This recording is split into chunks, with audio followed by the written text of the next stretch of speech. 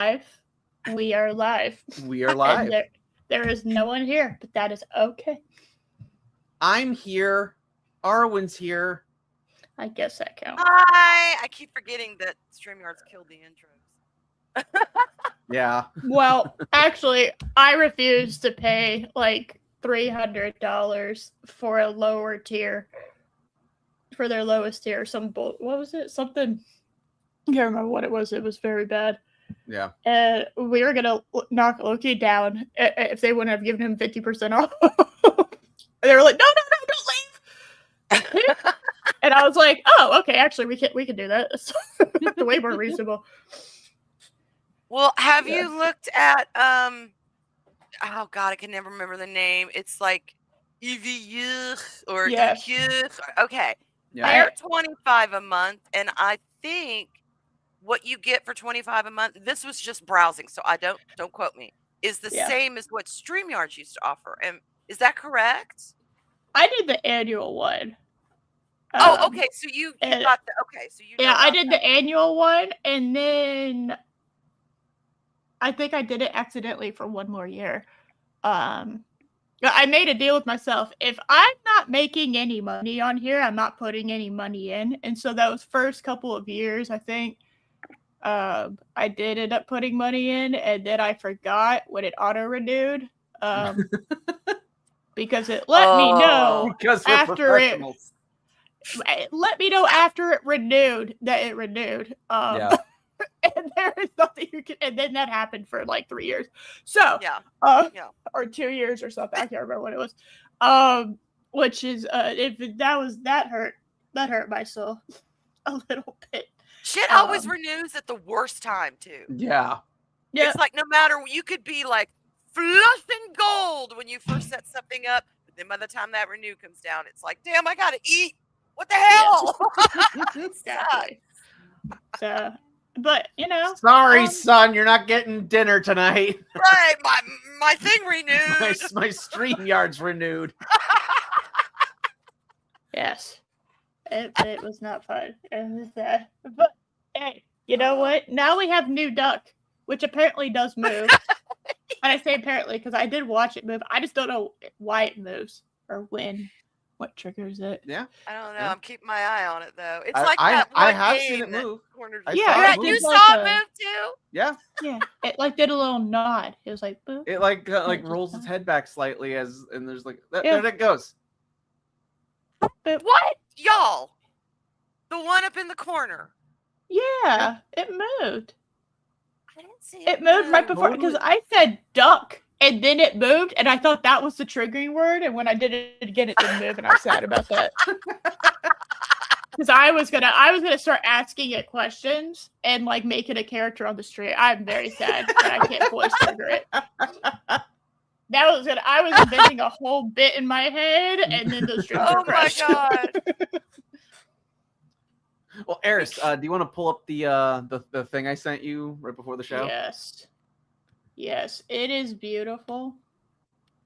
I spent so much time on it. I didn't just do a quick little prompt with absolutely zero editing. I can tell. It looks so amazing until you start looking a little too hard at Jerry. And then it gets horrified very quickly. So we will put this up. La la la. La la. There we go, guys.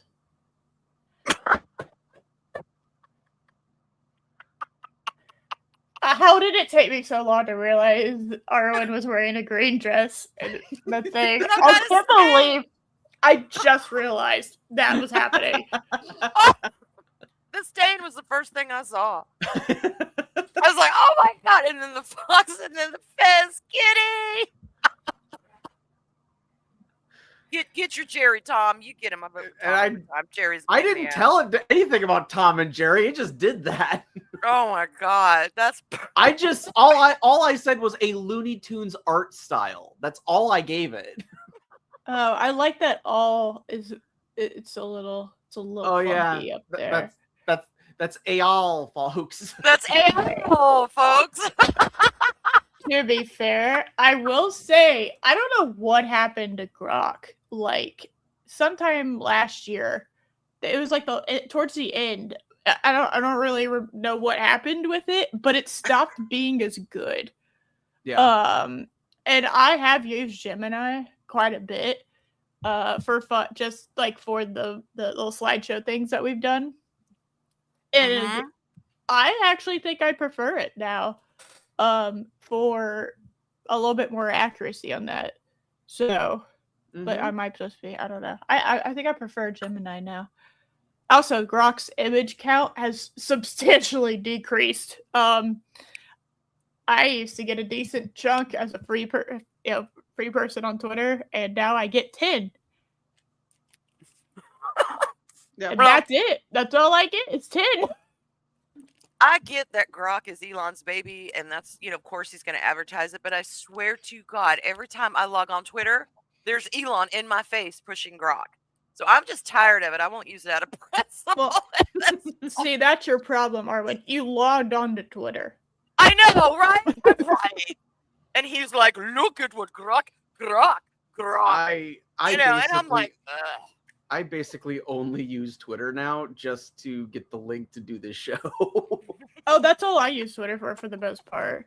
That's it. I mean, I don't think I really go and I will use it to do for the AI story stuff. I'll mix it up, right? But yeah, those are the only two things I really do on it now. I don't chat on there because I think I have everybody's number that I really need to talk to. Yeah. Yeah. We go in real life, people. We go in real life, okay? Yes. We're like actual friends, guys. Yes. Crazy. Excuse me. Ugh, I'm just a walking pollen molecule. You're right. Yeah, I'm fine. Loki goes on there to chat occasionally and for like, his channel and stuff. Then he also goes on there and shows me AI cat videos. Oh, yes, they're great. That he loves showing and sending to me. Which they're like, they're either the cutest thing you've ever seen or like the most unhinged shit that you could possibly imagine. You're like, what is happening? Like the cat's at the door and then it just like explodes. Or it becomes like a weird thing. Yeah, I don't know what you haven't seen that where like the doorbell and a person walks up to it and the cat's just like meow boo. What?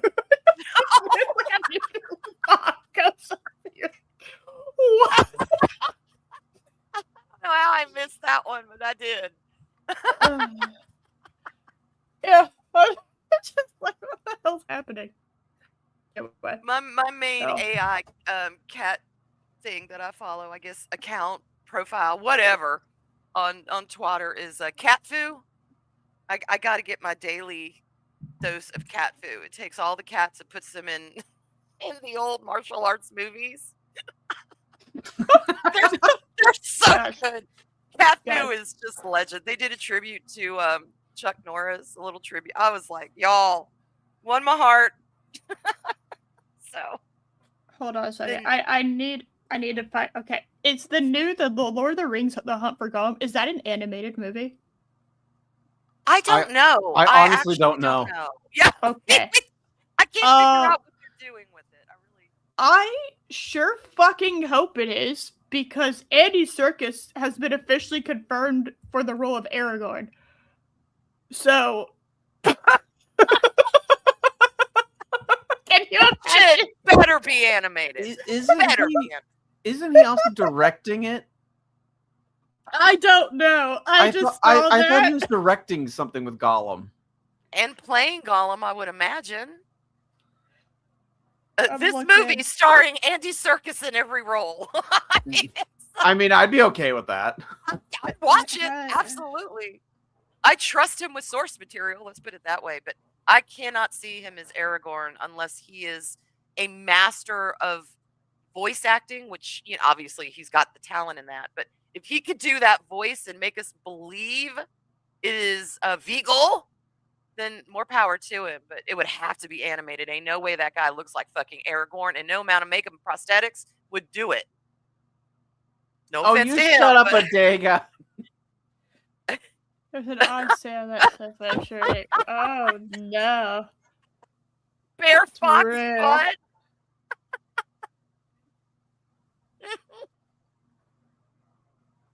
How old is Viggo Mortensen now? God, what was Lord of the Rings, like over 20 years ago? He's got to be in his late 50s, early 60s. Look it up. Yeah, 67. Because I know they're immortalized in our minds in those roles, right? But they have aged. It's been a while. He still looks great, though. He's always looked kind of rugged. He still looks good. They all look good, actually. Okay. Movie. I need to know. I need to know. Is it? Please tell me it's animated. Yeah, this is the first I've actually heard that it has legitimately been greenlit, and that's all that I really know.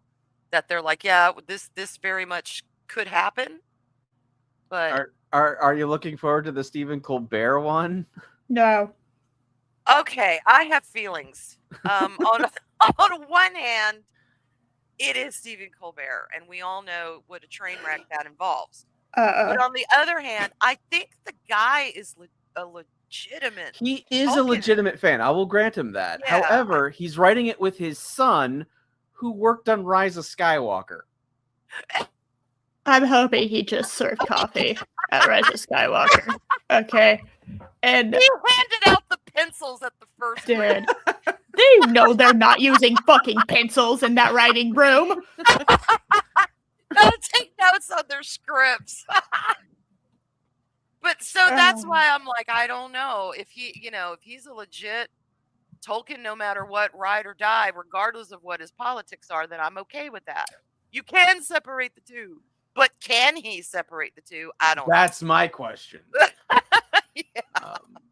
Also, outside of doing like comedy, what has Stephen Colbert written himself?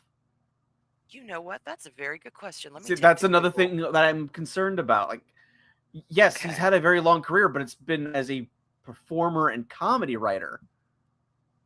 Has he ever written a serious movie? I don't know. I honestly don't know. Let's see, Colbert written. Let's see if Google tells us. He's co-written books focusing on satire, adjacent commentary, and charity, such as "Whose boat is this boat?"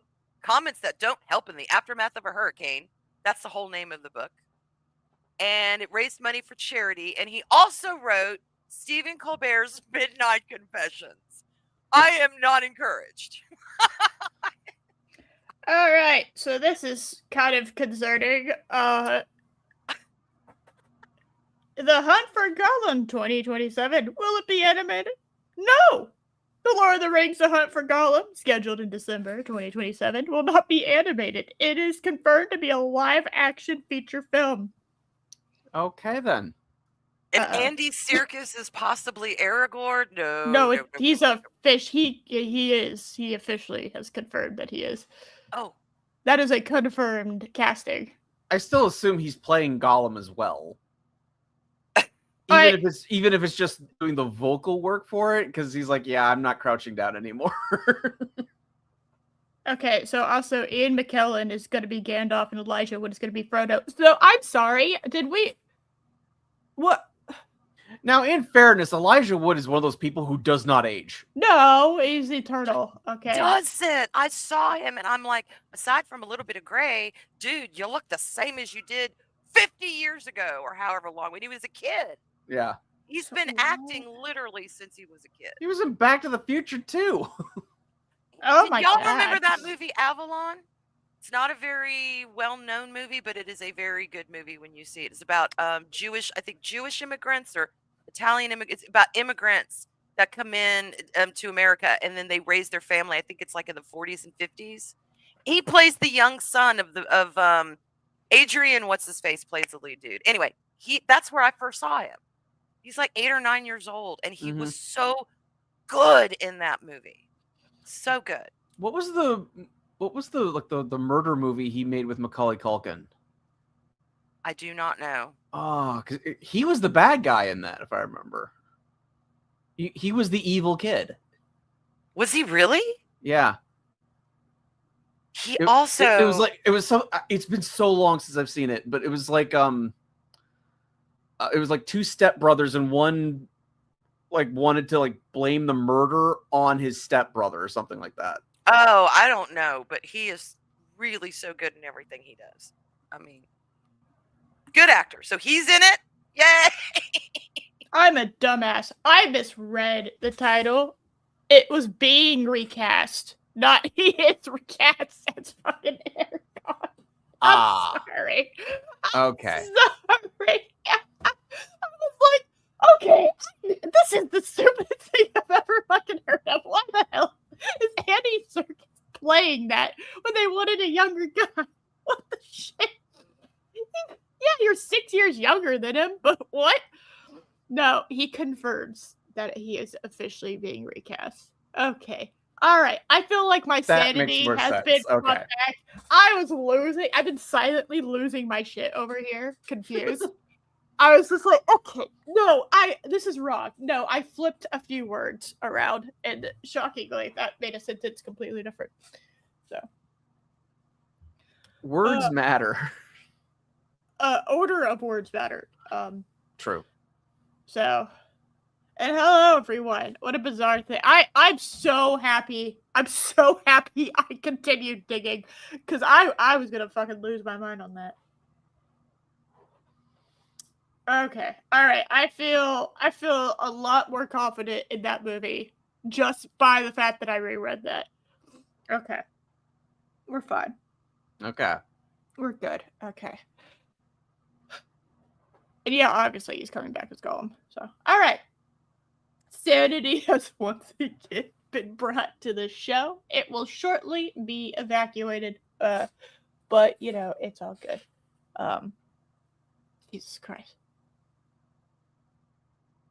Yay. Well, I will say that in my defense, a lot of stupid things have happened in Hollywood that would have made me believe. Okay. I'm just saying. Like that is very true. The fact that I could have believed that for any amount of time tells you everything you need to know about the state of Hollywood. So. Very true. Yeah. Okay. All right. Saturday okay, has been reach. Oh, did you hear that I misread the fucking article? And it's a bit of an oversight, yeah. Andy, I flipped a few words around, and Andy Serkis has confirmed that Aragorn will be recast, not that he is cast. Oh, okay, good. Yeah, good. Okay. I was telling Josh, I was like, oh, thank God. Oh, I was about to go. Okay, guys, you just need to stop. You need to stop filming right now. I will say this though, it's almost with recasting Aragorn, even though the beloved group is doing it that we all love and trust. It's almost like recasting Snape. It's like Vigo immortalized Aragorn. When we all think Aragorn, who do we see? His face. Yeah. So it's going to be really tough for him. I do hope he finds someone that we're all like, all right, it's not the Timu Aragorn. It's not the main Aragorn, but it's not Timu. We can deal. So I wish him luck on that. It's going to be tough. Does he have a son? Does Viggo Mortensen have a son? That would be like the easiest. He does, but I don't know how. Yeah, I don't know. That would be super easy. It would. You could just look, it's his son. In Battlestar Galactica, the newer version of it, they used oh my god, it's totally blanked out on his name. The head guy. Adama. Thank you. His actual son to play his younger self. So yes, and it works so well in Monarch with Wyatt and Kurt Russell. Oh yeah, so it does well in Monarch. Yep. So, Vigo, did you plan that well? We don't know, but we hope you did. So you can have a son that can play you in this movie. All right. Fallout. All All right, let me get up my notes. Very, very serious notes. You're not. Did y'all You're not. enjoy last You're not. week's You're not episode? going to. You're not going to the wiki or anything. No, these are very serious notes that I'm Okay. definitely not immediately Googling the Fallout wiki page to look at. So We are professionals. hey, Did y'all enjoy last week was 3 and 4? Did y'all enjoy those? I'd probably say they're the least eventful of the whole first season.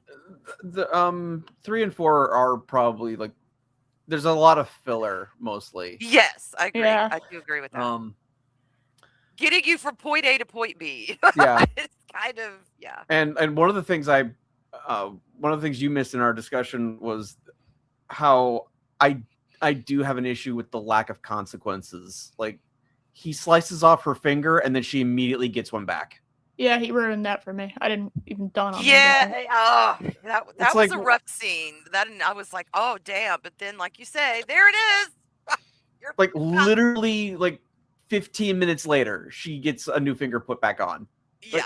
Like, oh, okay. What was the point of that then? You know, and it just once during these movies or shows or whatever, when they do stuff where they reattach limbs that don't belong to them. You know, I would have loved to have seen a fat, meaty, obviously dude finger on her. That didn't quite fit. At least it would be like, because I'm sorry, if I lost a body part, I can't just take any hand and attach it. You know, it's going to look different. It's going to, the whole thing. I would love to see them do that. But they don't do that. But like the one that Snip grabs and like attaches back onto her, it's like all like gray and everything. So like that's going, that's septic. That's not good. That is rot. Absolutely. That is rot.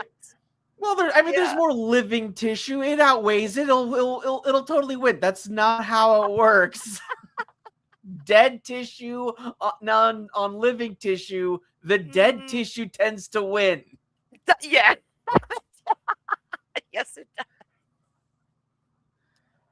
But oh well. All right.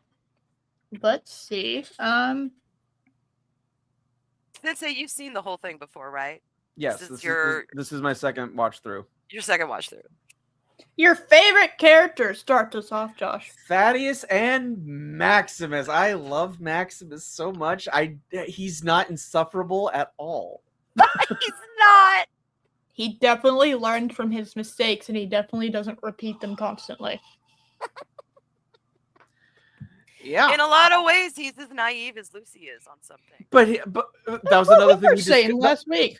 Yeah, that was exactly what we were saying. The issue is, though, he doesn't have the excuse of living in a vault. He grew up in this world. Exactly. How can he be this stupid? And we'll get to how stupid he is later.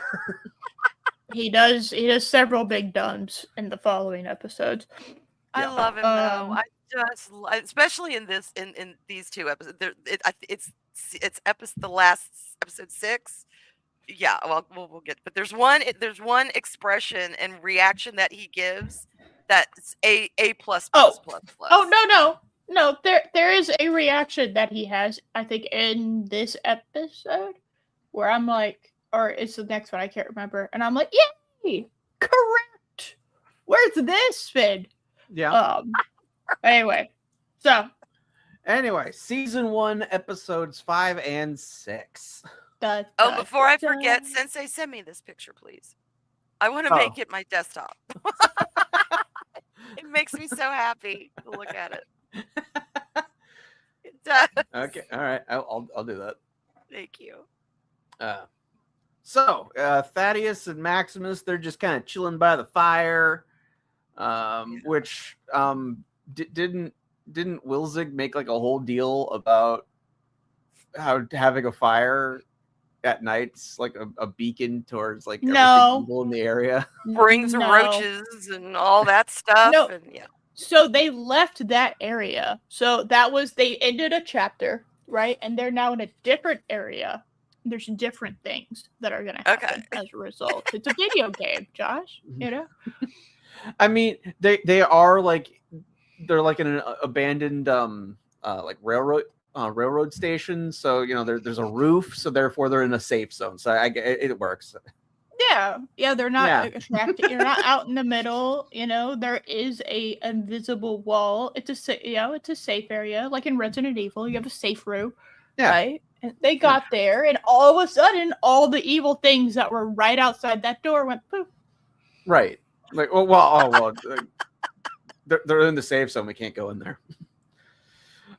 So Thaddeus is like, bro, why didn't you brand me so I can be marked as Knight Titus's squire, because I'm not officially. I could be marked as yours. Yeah. He is very much the bro. Yo me guapo, bro, brand me. And Maximus, who's still pretending to be Titus, is like, well, I don't know, it's getting late, and my note here is, well, it's getting late, so that implies that you want to get some sleep. How the flying fuck are you sleeping in power armor? They're like horses. They sleep standing up the night. Yeah. Snuggly inside. It's all nice. I guess so. But Thaddeus is like, no, come on, bro, mark me. I want to be branded so I can show people I am a true squire. And so Maximus puts his power armor hand in the fire and then brands a perfect T right on the base of his neck. God. And then he's like, oh, that's so cool. And then he puts his shirt right over the fresh brand, which would hurt like hell. Do these people not feel pain in this nuclear fallout war? Because it's like, yeah, man, yeah, I get my shirt on, I look good, even though his flesh has just been branded to hell and back. Star Wars has told me fire is not hot. Well, okay. True. And so is Rings of Power. I have been taught fire is no longer hot. So good point. But it's like you can't just put fabric over a fresh burn. The fabric will literally melt into your flesh. Dude, you can't even do that with tattoos. Don't ever do that. Oh my God. Yeah, he was just hyped up because it's the adrenaline. That's what it was. Adrenaline. I guess so. But then after permanently branding this guy, Maximus now decides to come clean that he's not actually Titus. Thanks, asshole. Oh, the way that I had to put my phone down and walk away for a minute. I had to walk that off. Okay, I actually had to walk that moment off because I was like, okay, no, like I understand why you did that, right? But Maximus, why did you think he was going to react well to that? But also, like, if he's at this point where he feels like he can trust him enough to confess that he's actually Maximus and Knight Titus is actually dead. Why then would he like insist on, I'm not going to brand you, here's why? Thank you. And tell him the whole story. Yeah. Say the knight was a total douche.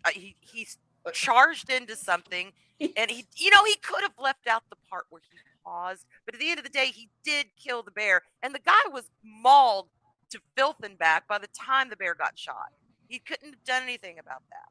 Why didn't you just tell him the truth? He fucking died, and I'm scared, and I didn't know what to do. So here we are. I'm trying to get the head. You want to help me? Let's do this. But he doesn't say anything. He just like, no. Titus died, and that's all he does. It's like, are you trying to make yourself sound guilty? Exactly. There were little bits of the story he left out that were pertinent to the information. Yeah. No, they knew each other for 6 hours. Okay, they knew each other for 6 hours. But then, like, after he says, like, oh, he's dead, but things are okay. We just need to get our stories straight. Like, that sounds like you're trying to cover something up. I'm leaving. Exactly. I don't blame Titus at all for going. No, I'm getting out of here. I don't want anything. I'm not gonna die. I'm not dying today. Bye. And then when he says, then when Max was like, "I'm sorry," yep, that would have been my cue. You're sorry for what? You go kill me? Bye. I'm out. Yeah, he didn't handle that very well. like, yeah, but they don't have to find out. Like, dude, you can't just live in the power armor. They are going to find out. It's not a permanent piece of clothing. Yeah. You got to come out at some point. My note here is actually, dude, it's the Brotherhood. They'll find out. How is the bumbling comic relief guy the smartest one on the show? After Dogmeat, of course.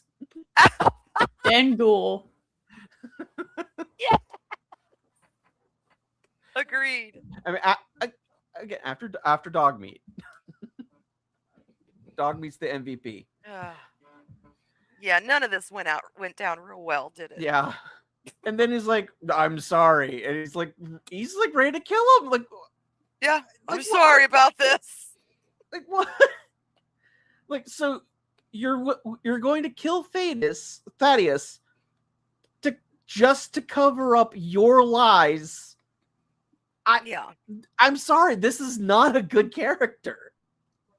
Well, he didn't. He just, I don't know. And you see that throughout the show. He leaves out important things that changes the context of his situation. He leaves this shit out. So people, we're human beings. Our brains fill in. Oh, you killed him. You must intended to do this. That's what our brains are going to tell us. This person is dangerous. Let's get our story straight. No, brah. No. I'm out. But then... So I don't blame him for that either. But then Maximus is also just... He's not a very good knight. Like, he crushes Thaddeus's foot. And then Thaddeus is still able to outmaneuver him and pull out the fusion core of the power armor. He's learning, Sensei. He's learning. This is off-the-job training, is what this is. Like, you crippled this guy, and he still got the better of you. How did you go toe to toe with the ghoul then?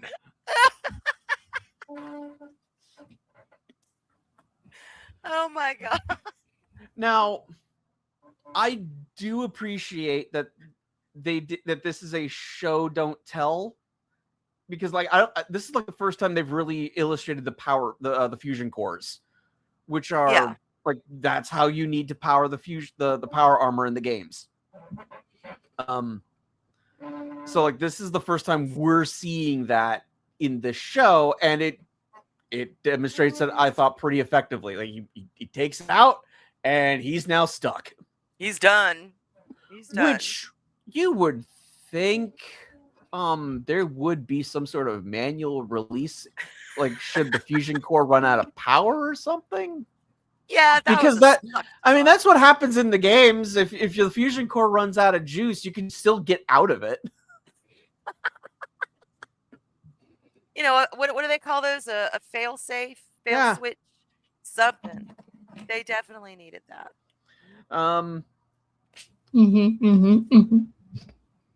Then Thaddeus is just like, all right, I'm out. I'm outie away now. Deuces.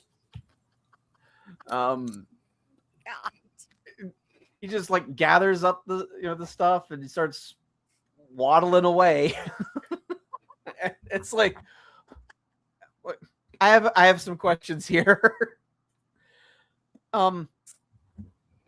Why wouldn't he, like, he has a walkie? Why isn't he signaling the Brotherhood to get him right now? He has the head.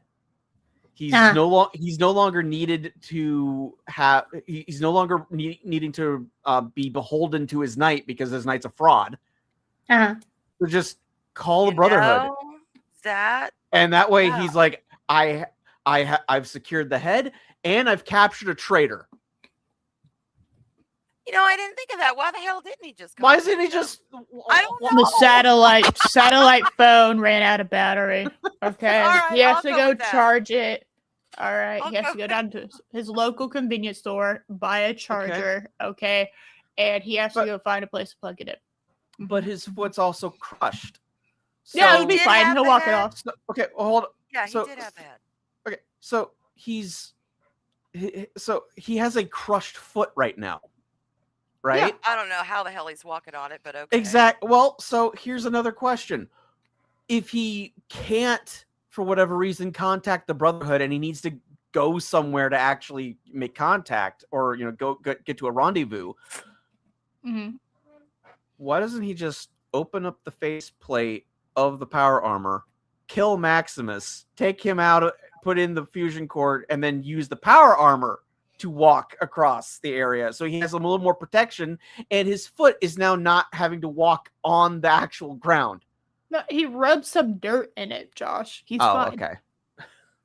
He's I walking it off mean, like a big boy. He's fine.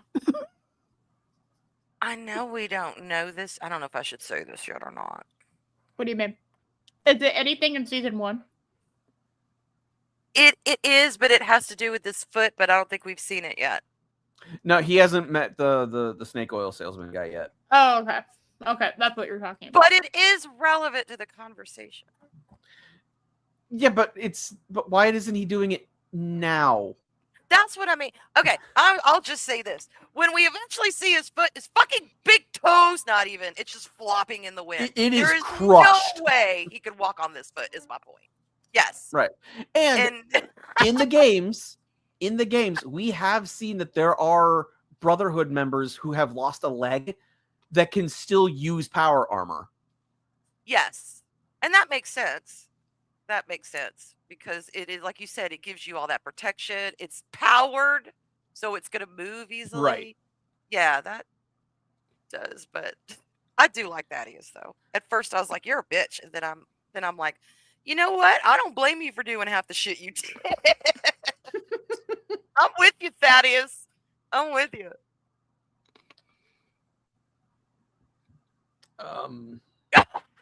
Chill. Yeah. Yeah. Okay. He's I am the chicken fucker, yeah. So a little bit later, Maximus isn't doing all that well. Rad roaches are starting to get in there. Ugh. And then Lucy shows up and she shoots the roaches off the power armor suit. Why is she doing that? She doesn't know anyone's in there. Hey, Lucy. So there is a achievement for killing 50 roaches. Look, and to be fair, if I was by myself passing through there and I saw giant roaches all over a big machine like that, I'd kill them too. It wouldn't matter if anyone was around. Those things are horrible. Nightmare fuel. I mean, hell, the little ones I can't even take. Imagining those things. Yeah, but it's also if you shoot at them, then you alert them to your presence, and now Oh, and then it's a they'll go after horrible you. world. It's a horrible world. So You're you see a whole bunch of them. Keep going. Ugh, you're right. That's a good No, point. Resident Evil rules. You use your knife to not for attention. You know what I mean? You don't want attention, so you use your knife. A horrible world. Stealth kill. You get bonus points for that. But then it also demonstrates that Lucy understands what power armor is, and so she knows it needs a fusion core, and she doesn't have one, so she can't be thinking about taking it. So why is she bothering to kill these roaches? 50 row achievement. Well, God damn it. She did recognize it though, because it had that big claw. She didn't recognize it until she opened up the faceplate. That's when she recognized him. Oh, okay. I thought okay. You're right. She saw Maximus and then was like, "Are you the one?" Yes, that's when she's Okay. like, "Were you the guy from Gotcha. Philly?" Yeah, she didn't recognize the power armor until Gotcha. because of the 5 seconds where during the heat of battle, he opened up the faceplate so he could like flirt at her. because that's important. Good point. I also just why so she enters the train station. Okay, so there's the tracker that's inside the head, right? And she's tracing it. Mm-hmm. Well, Thaddeus walked out of that train station. Oh, Lucy God. Yeah. comes in from the direction Thaddeus left from. Load screen. Why is she doing that? Oh, so she was tracking the head at that point. She would have never come to this area because Thaddeus took off in her direction. Correct. Or at least in that direction. That's my question. Damn it. She's going the wrong way. Plot armor. This is where we apply plot armor. Right here. And we say it is what it is. It's perfect. It's never wrong. That is a good point. Anyway, so she she opens up the faceplate and she's like, "Hey, you're that big hunk of man from Philly." Hello.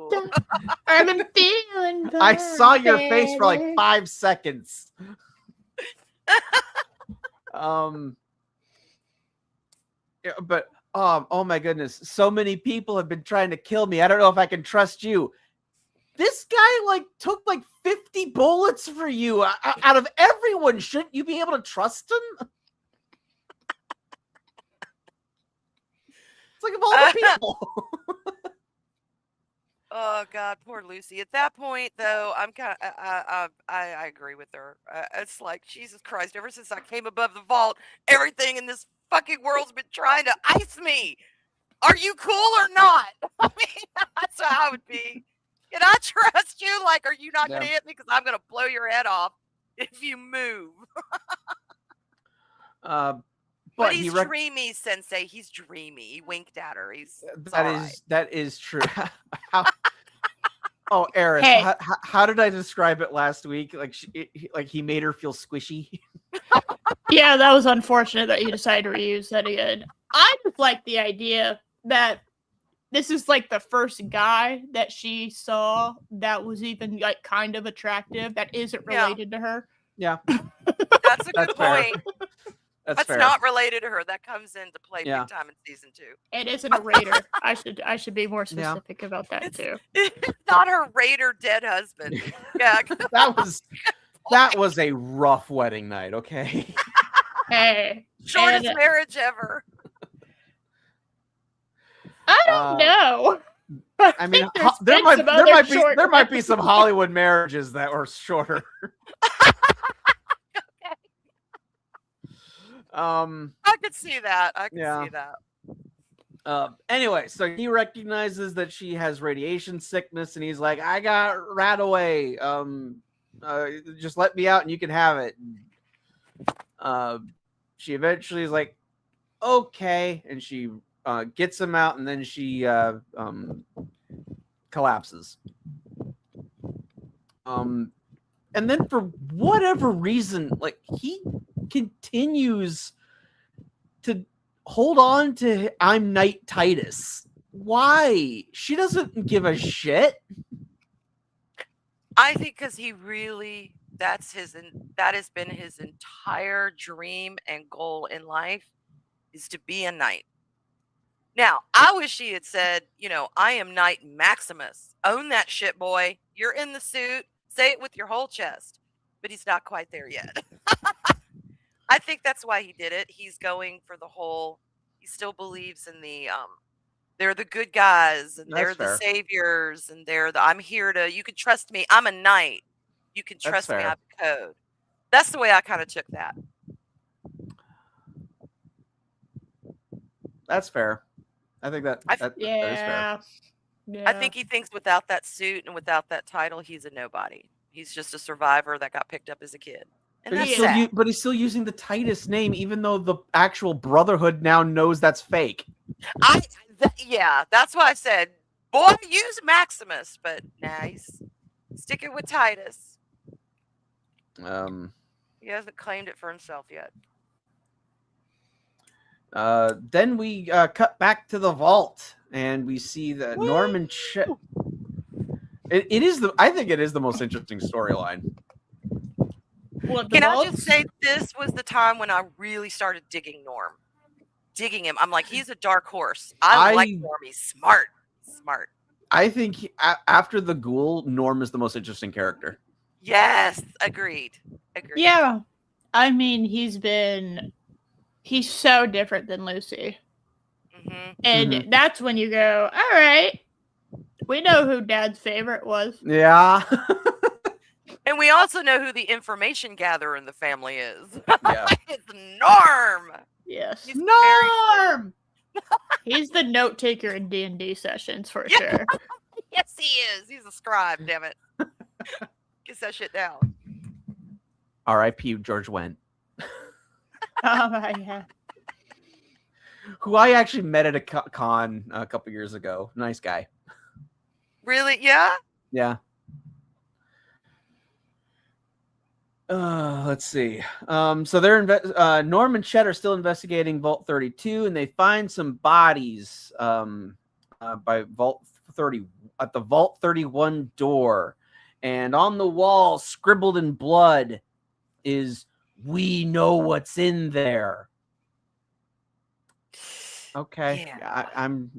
I'm sure that whatever they find is going to absolutely warrant all that violence and chaos. I'm sure it won't be a, oh, is that the twist?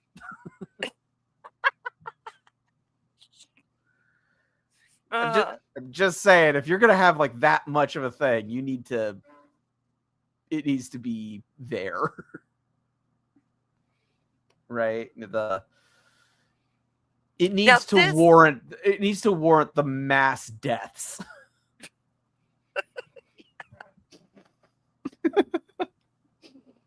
And that was the vault they came from, correct? 32? That the Raiders That's the one that the Raiders were in, that apparently just didn't mind the countless dead bodies for who knows how long. Yeah. Those dead bodies have been there for a while. Some of them. It's fine. Don't worry about it.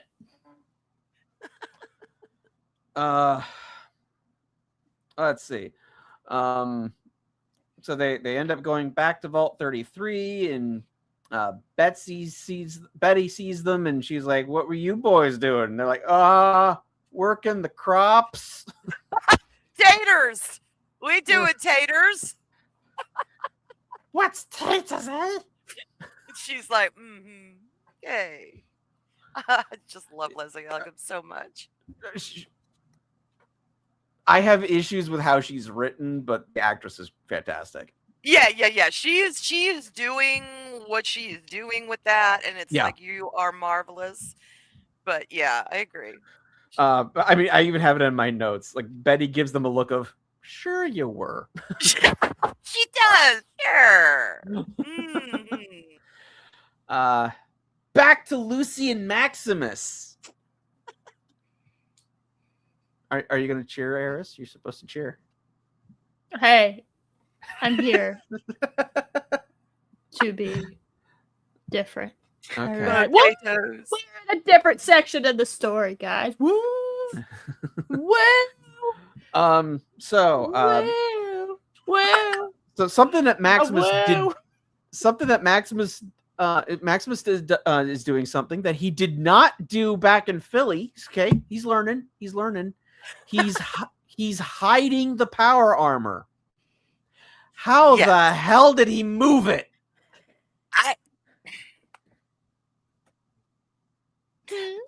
That I've never figured out, and I never stayed on it too much because it would start to bother me. So I'm like, nope, plot armor. Insert. Moving on. It's on the platform of the railway station, and then he's hiding it in between the tracks. How did he move it? My brain's breaking. I don't have an answer. Yo, mama. There you go. There is your response. They got together some of the rad roaches and they made a little sleigh and they roped them together and they had them move it and then let them all go. There we go. It's about as plausible as anything as him moving it himself at this point. Because that shit's heavy. The armor's heavy, and I don't think you could do it. There, I said it. It's perfectly fine. He envisioned it as a toilet, like from the first episode, and that gave him the adrenaline rush he needed to like force it down. I was about to say, yeah. Because he got really angry at that toilet. Yeah. He did. He hit that toilet hard. It didn't survive, did it? No. We see Lucy's taking the rat away. And Maximus talks about that he didn't even know people were in the vaults, and I just thought they were monsters. And then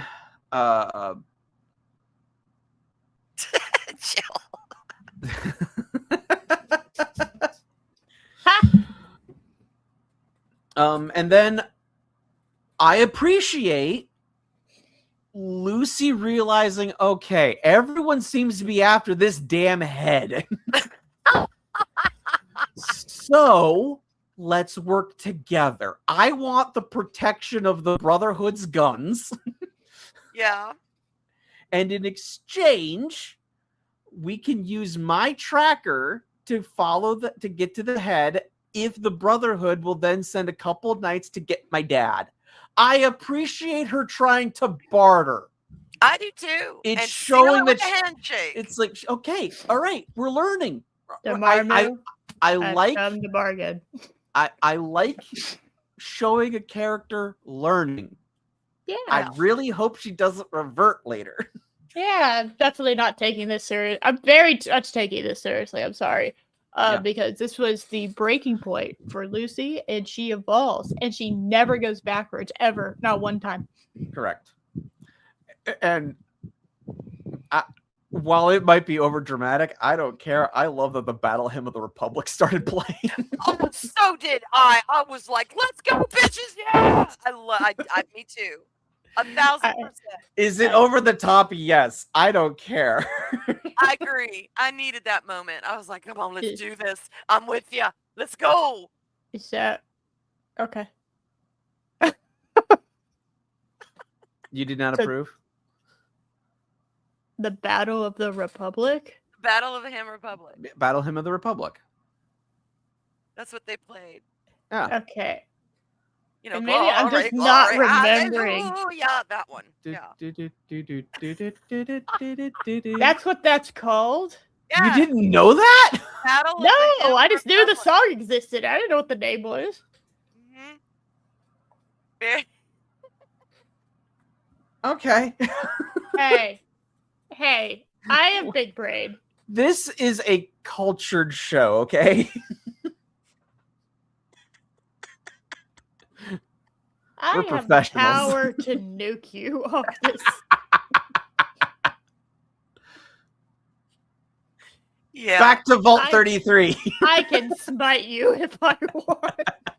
Well, if it makes you feel any better too, Eris, it's a very controversial song now. It didn't used to be, but it is now because everything's controversial. Everything's controversial now. Yeah, that doesn't mean anything. So I thought that was a really good choice. Well, you know, Hollywood, we can't use that. We can't use this. But they used it, and I loved it because it worked perfect. I was very happy. Anyway, back to Vault 33. People are voting for the Overseer. There's some really bizarre, awkward small talk at the voting booth from a guy telling Reg, yeah, I'm not voting for you. You're not getting my vote. Love you, boy, but no. He didn't just say that. He went on for a good solid 5 minutes trying to make it okay that he wasn't voting for him when he could have just never said anything. Mm-hmm. He made the choice to talk to him endlessly. Like, just would not stop, would not even know it. I was like, that is please stop. I mean, Please now, stop. Given the choice of the three, Betty's clearly the right option. The other two are idiots. Oh my God. What? This was just a formality at this point. Yeah.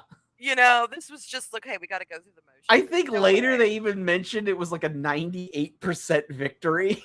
It's like, damn. She had my vote. That's for damn sure. I'm gonna be real. I don't think anybody here should be a leader. Well, fair. Like I'd vote for Norm. I'd vote for Norm. And you know what? So would I. And he would probably be the last person in there that would actually want it. You know what I mean? He would just be like, nah. But he would probably be the most qualified because he asks questions. He looks at stuff. He kind of knows what's going on over anyone else, except, of course, those that know. Yeah, I would have voted for Norm, but I mean, they even show that even Reg also went like, who am I kidding? And he voted for Betty too. Right. But can I just say, this scene to me really shows a fantastic contrast between the vault dwellers and the surface dwellers. Surface dwellers almost don't tell you anything. They're secretive, they're suspicious, they're in that world. The vault dwellers, they tell you too much. Reg, you suck ass. I'm not voting for you because you would be the suckity suck that ever sucked as the leader, but good luck. I mean, it's like, what? The innocence that the vault dwellers have as far as their reality versus the surface dwellers and the way that they communicate, I'm enjoying that contrast in the show. It's a little overdone, but I like that. I will say that the show has really shown that too much naivete is actually incredibly dangerous for you. Yes. Agreed. So being too sheltered is actually like hindering. Yeah. So it's almost like they're designed to be sheltered. The vault you're right. The vault is designed to be sheltered. Yeah, it's big. That's thick walls. Yeah, it's pretty sheltered. Yeah. Back to Lucy and Maximus. Wow. They are just walking, and the very first thing I have here is Lucy is back to having her vault suit zipped all the way up, as opposed to having it tied around her waist, which was like which was kind of like representative of her growth. Like, it was like, okay, I mean business now.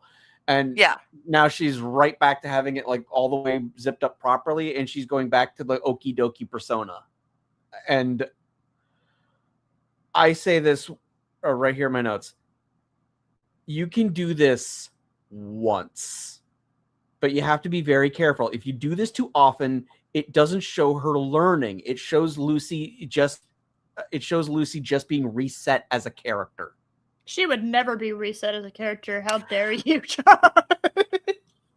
I agree, but I want to throw out not a counter, but I want to throw out something alongside a rebuttal. That. Okay. Yeah. In a sense. I do agree with nice that. Rebuttal.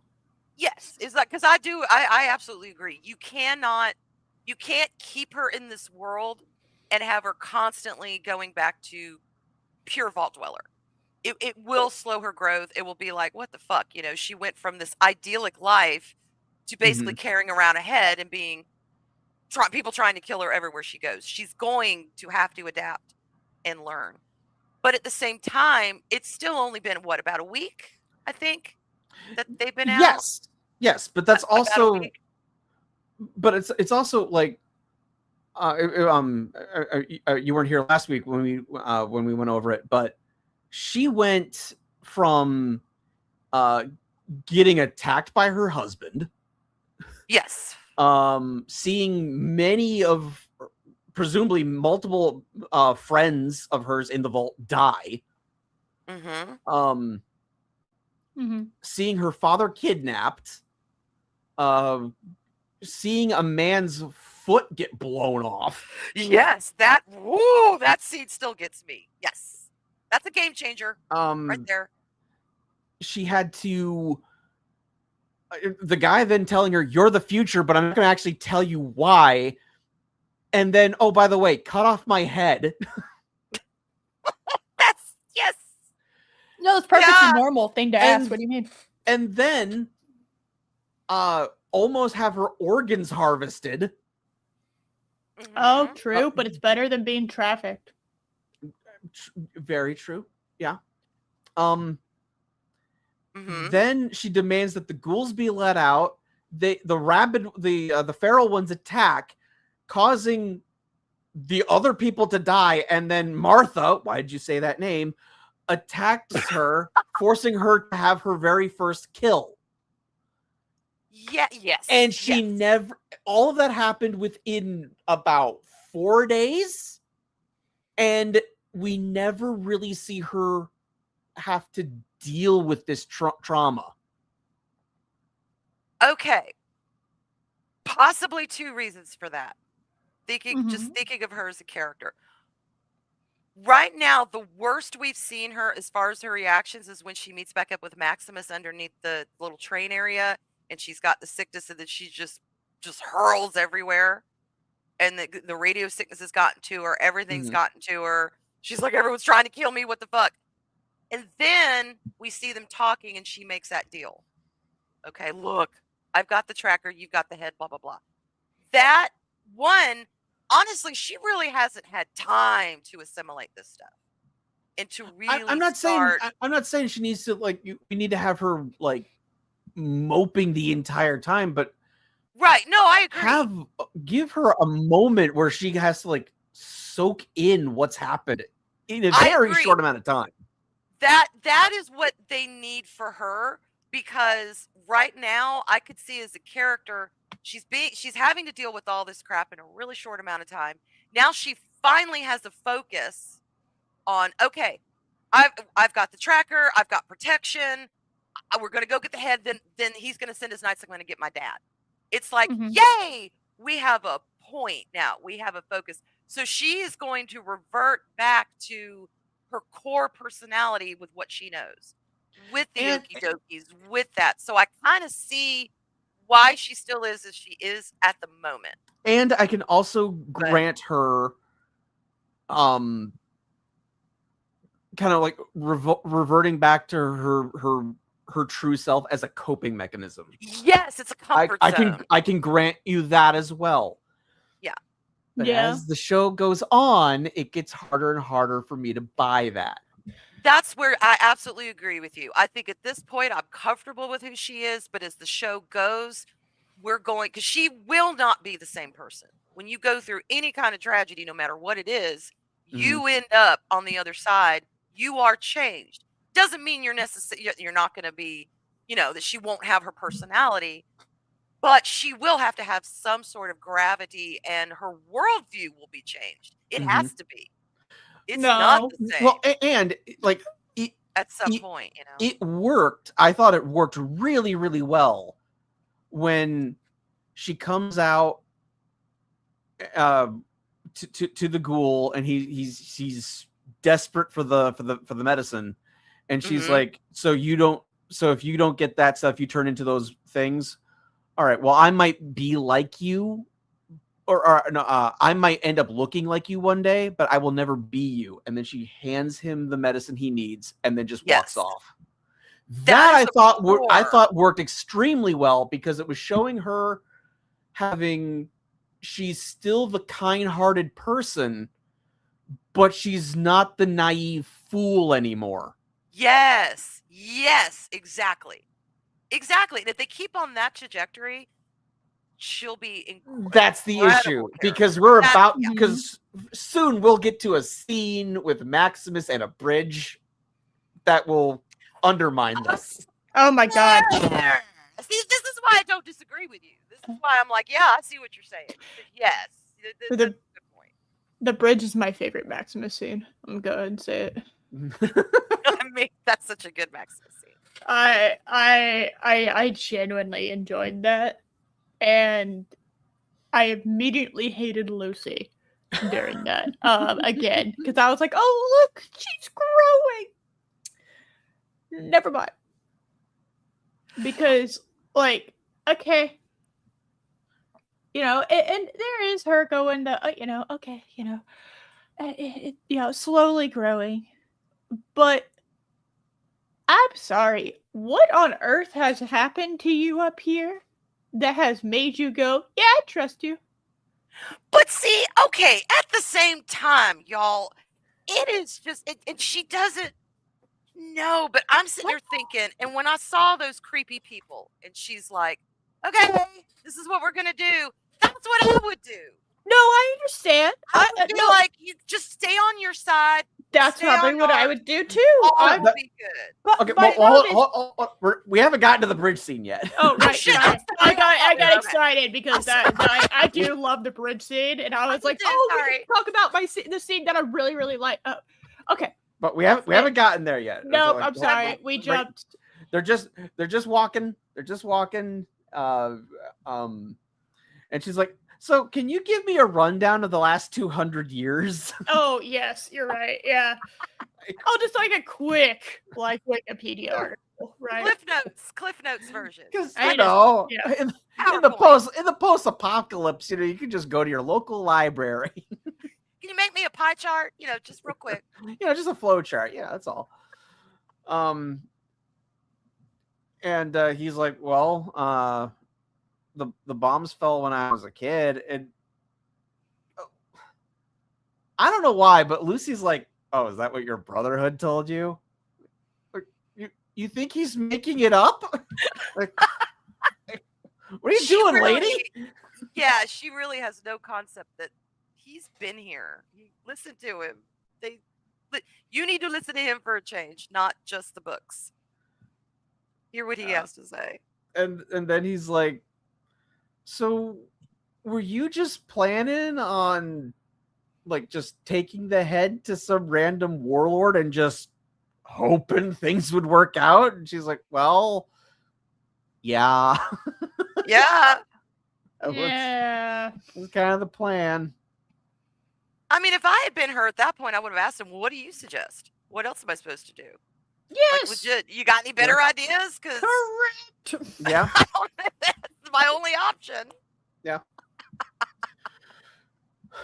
And then my note is like, how far did Thaddeus get on a crushed foot? How haven't they caught up to him? Rubbed some dirt in it and took a health potion. Okay, we talked about this. He took some of that green herb shit from Resident Evil. It's great. Wrapped his toe with some weeds, just kind of tied it taut. Yeah, a random bandage and some green herb, and you're ready to go. It's Right. all good. Okay. Roger that. We're fine. Okay. We go back to Vault 33. Woo! And Norm is being all sneaky, and he's looking through Vault personal records and histories, and he notices that every single person that came to Vault 33 from Vault 31 ended up being elected overseer. Every single overseer was originally from Vault 31. Dun, dun, dun, including Betty. And she has just won the election with a 98% of the vote. Sussy wussy.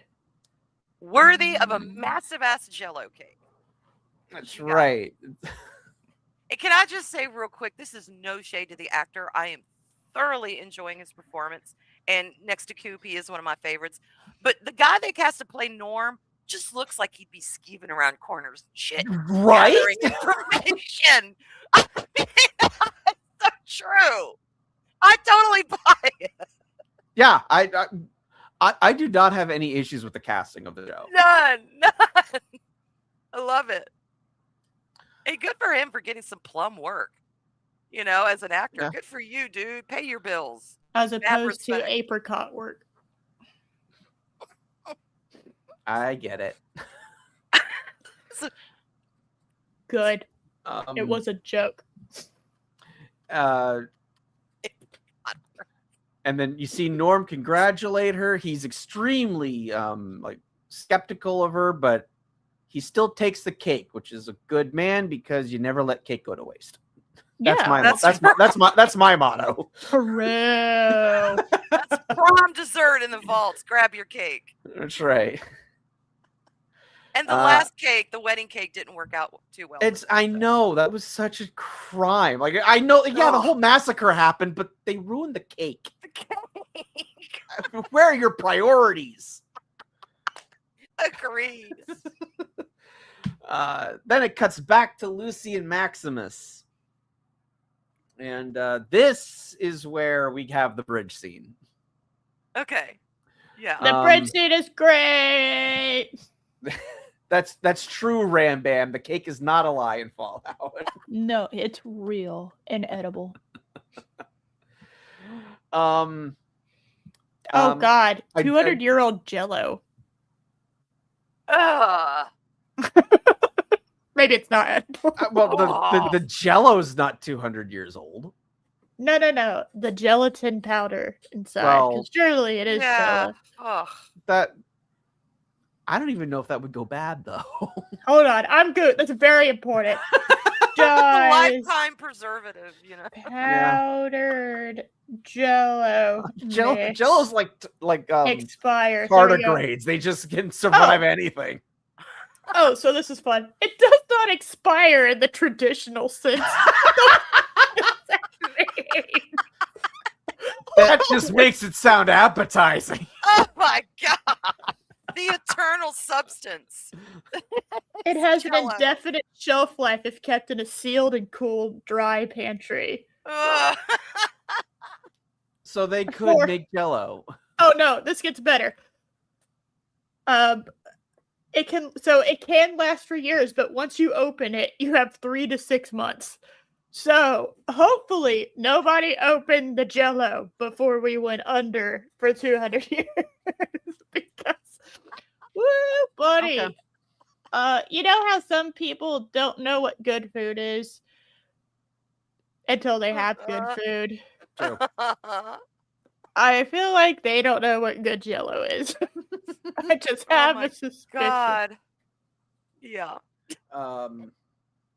Anyway, so my first note here on this scene is Lucy and Maximus do have good chemistry.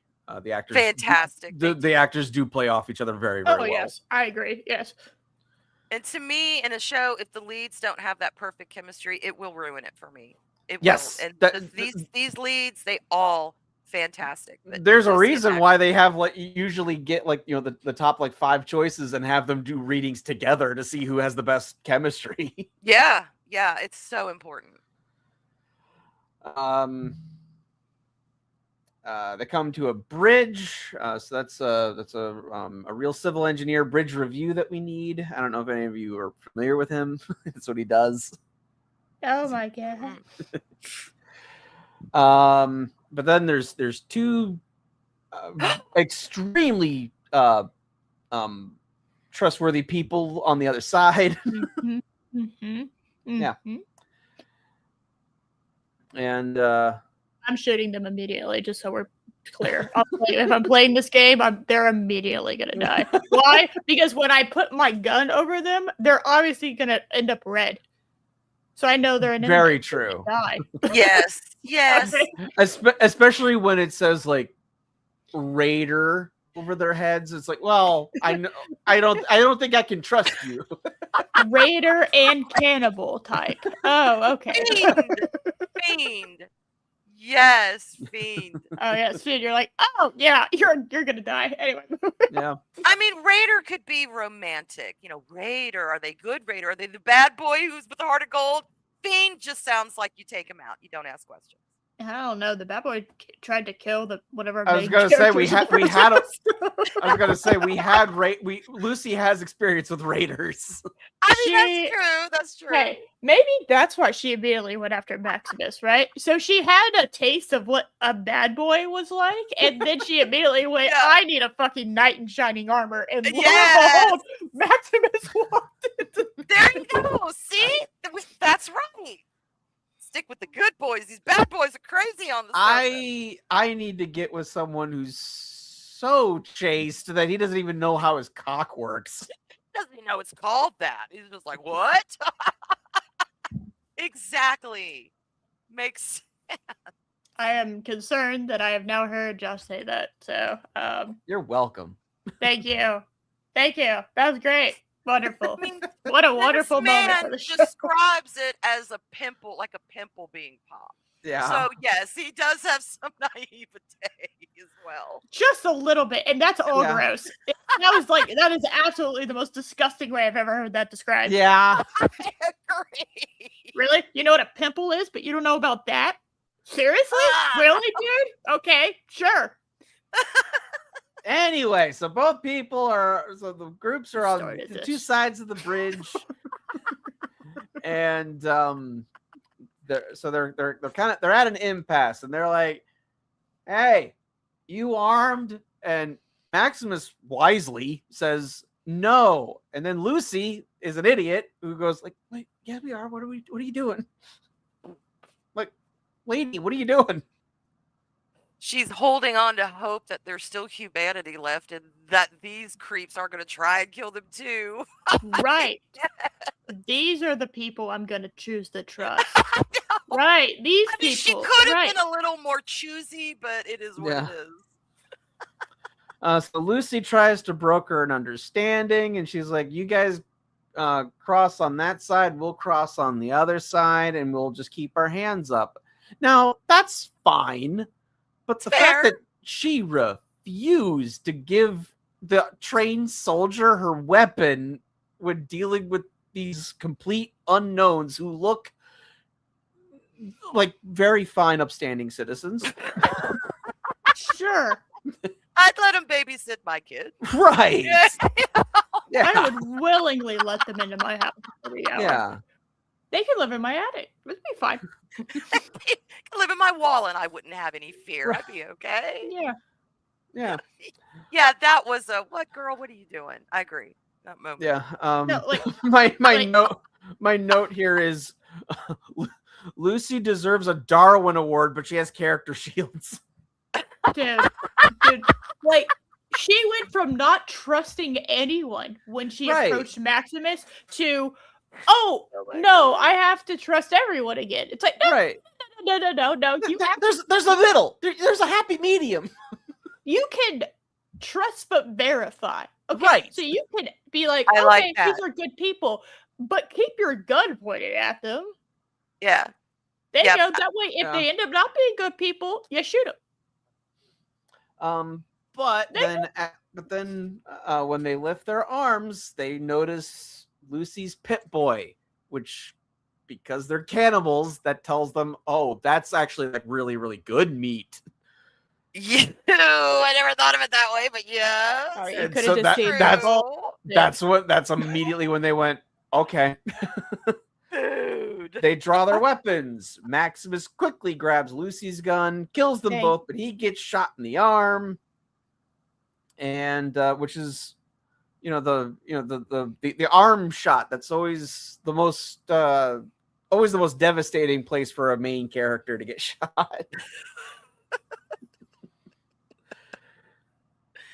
And Lucy's like, why? Maybe because you're kind of a dumbass, Lucy.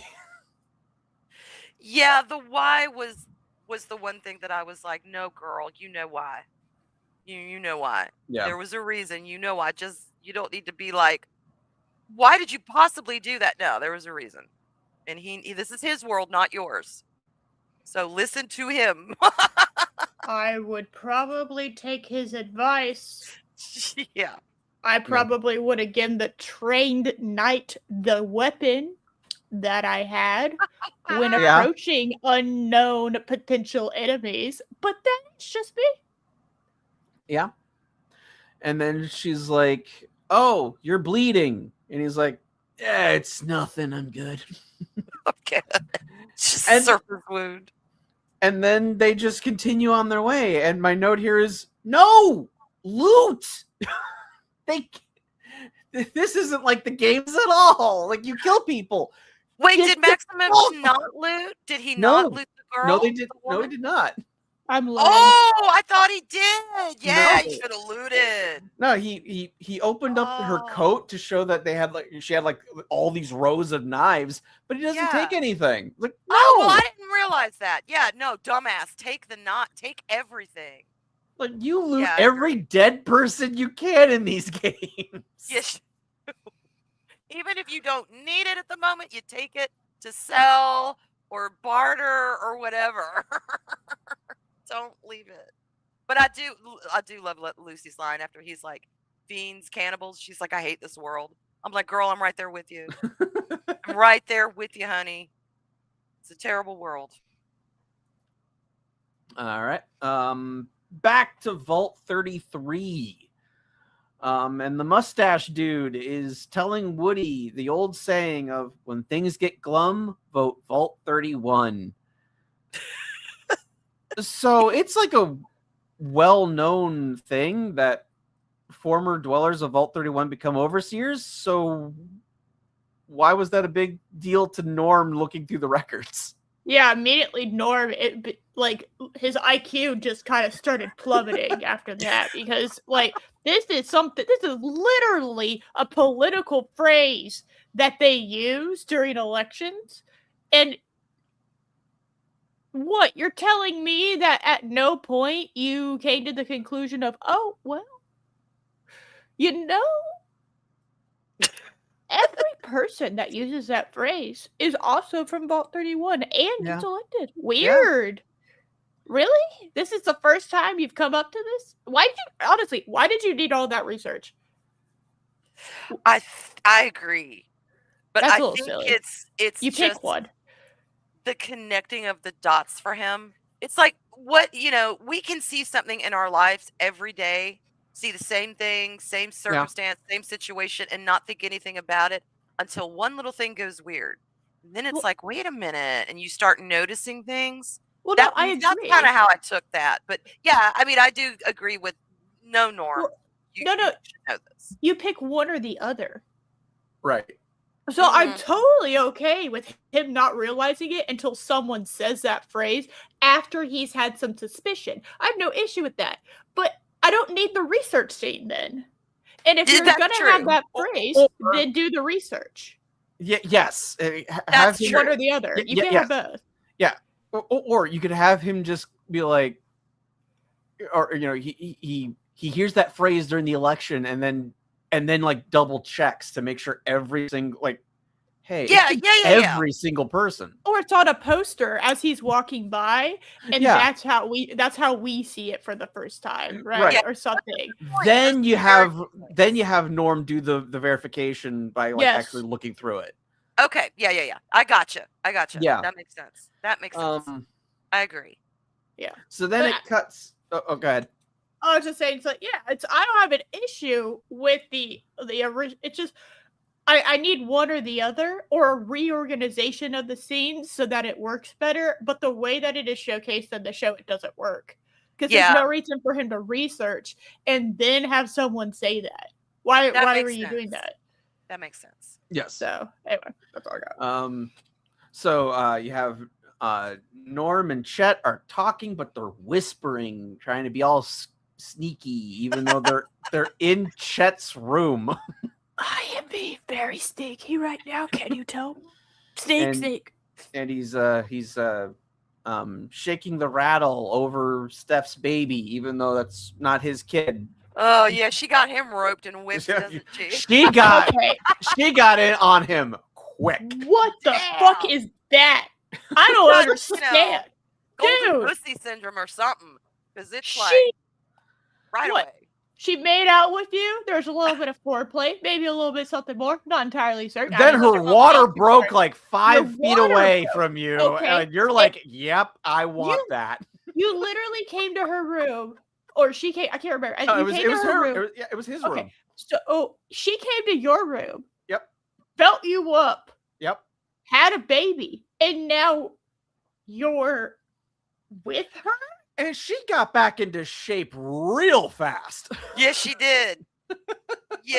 Now it's like the actress may not have actually been pregnant. That does happen though. It's Your not stomach will deflate immediately. Yes, it will. But like she is in it's great shape. different bodies act a little different. But Yeah. I will say, I'm not entirely certain how quickly we're between two scenes because the time table isn't really shown super clearly. Right. Like, I don't know how long they walked for. I don't know if this is happening at the same time they're walking, right? I don't know when things have happened. So it could have been a few weeks where they're like hanging out, really enjoy each other. It could have been a day, right? I don't know. I don't know how much time is in between these scenes. But I will say, you got very flat very quickly on your thing, and there are other things that are changing that I think are a little odd. And I also think the cousin, what's his name again? I forgot his name. Chet, thank you. I thought that was it, but I thought that was silly. But it is, his name is silly. All right, Chet is Chet, what are you doing? You're not dating. You made out with her. She had a baby, and that's it. Like, what? A rebound from Lucy, I guess. Your rebound from your cousin was being a cuckold? What a weird love life you have. Yeah. And see, at this point, I don't even think of his name as Chet in my head. I think of him as cousin. He's cousin. That's just, he's cousin. Norman cousin. Dude. So yeah, the whole thing is just like, now he's hooked up with her, and it's like, oh, Yeah. okay. His autobiography is From Cousin to Cuck.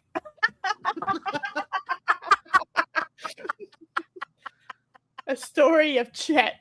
Oh my god. A story of Chet. Cousin loving to cuck holding. There we go. He's terrified of her, though. I think he's terrified of her. I don't know. I would be. She pretty much roped him in fast. So to be fair, she does have unnerving energy coming off of her. She a does. little bit. Yeah. I'm like, you're a sussy, wussy. You got over your husband real quick, and I actually don't think you cared about him at all. Real fast. But then again, these are a bunch of arranged marriages because they are trying to repopulate, quote unquote. Correct. Not well, but they're doing it. Slim pickings, too. That's why they have to go outside of the vault. Well, there's of like their own vault. 20 people in the vault. Yeah, eventually everyone's going to become a sludge, incest sludge. Okay, like I mean, that's they're not wrong. They are all practically related, and I see what too much inbred can do just with animals. You do not want to do that with human beings, for sure. Cousins are not. No, you get hills have eyes. Thank you. You know what hills have eyes? We've all seen Deliverance. I mean, shit happens. It exists. Oh no, you get Targaryens. Oh god, no. My god. You know, I just realized these past 6 years I've seen more incest in shows than I have the entire of my life. Oh, what? Shit, you're so right. There? Oh, yeah. Why is there an increase in incest? That's odd. Think about it, y'all. Yeah. Oh, my god. I am, and I'm very concerned about something I was not concerned about that much. Hollywood, you have something you want to say? Anyway. Okay, moving So on. Norman Chet are talking, and they're kind of whispering, and he's like, "Hey, keep it down. Steph's from Vault 31," and then like Steph like just comes right out of the shower like in a bathrobe, but I was like, "Dude, how come you didn't like let her know there was company?" I mean, that's just a little rude. Fresh as a daisy. She's like, hi. I don't know why this is the level of detail of things I notice. I'm like, props to Steph. Her eye patch matches her shower cap. Yeah. Yeah. Why not? That's hey. There you go. Hey, she is that coordination down. All right. Yeah, she is. She is that girl. All the accessories, you know, the shoes I mean, matter. I mean, if you're forced to wear an eye patch, you might as well treat it as an accessory, right? You know, show it off. You're probably going to be wearing it for the rest of your life, so you might as well. Right. You know? She should have blinged it out, honestly. There was a very small phase in fashion where they tried to push decorative eye patches. It didn't go anywhere, but they tried. Why? Okay. No. There was started using. There was one really good makeup commercial. I think it was a lipstick and mascara. I don't know. It was for some brand, and this one chick had on this glittery sequiny eye patch, and then she lifted it up and winked and kissed at you. And it's like, I ain't wearing that shit unless I have to. Sorry. What the fuck? But if I did ever have to wear an eye patch, I would bling it out 1,000%. Yeah, but that's because you're Arwen. We know it's gonna be pink, and we know you're bedazzling it with pink glitter. Okay, we know this happening. Right. We know. All right, that's fine. The fashion trend. I mean, they tried it very briefly. Yes, very, very briefly. I think it was it late 80s, early 90s? I'll have to go look it up. I do not remember, but I will never forget that commercial. I'm like, what are you doing? Okay. I need to look. Whatever. What the fuck? Okay. Sparkly. This is very important. Sparkly eye patch. Look up eye patches. Makeup commercial. Go ahead. I'm doing. Okay. Very important. While you're doing that, Norm asks Steph, so how is Vault 31 different? And she's like, well, the mashed potatoes are better. And he's like, huh, yeah, that's what Dad says. Like, well, it must be true. That was creepy. Okay. It's like she is good at playing this, like, it's that almost like a Stepford Wives character, where it's like sinister with a smile. Right. Something's off, but you don't know what it is because she's smiling at you and she's got blonde hair and blue eyes. And she is pretty. Yeah. Oh my god, she's giving me the White Family vibes from Get Out, where you're just like, okay,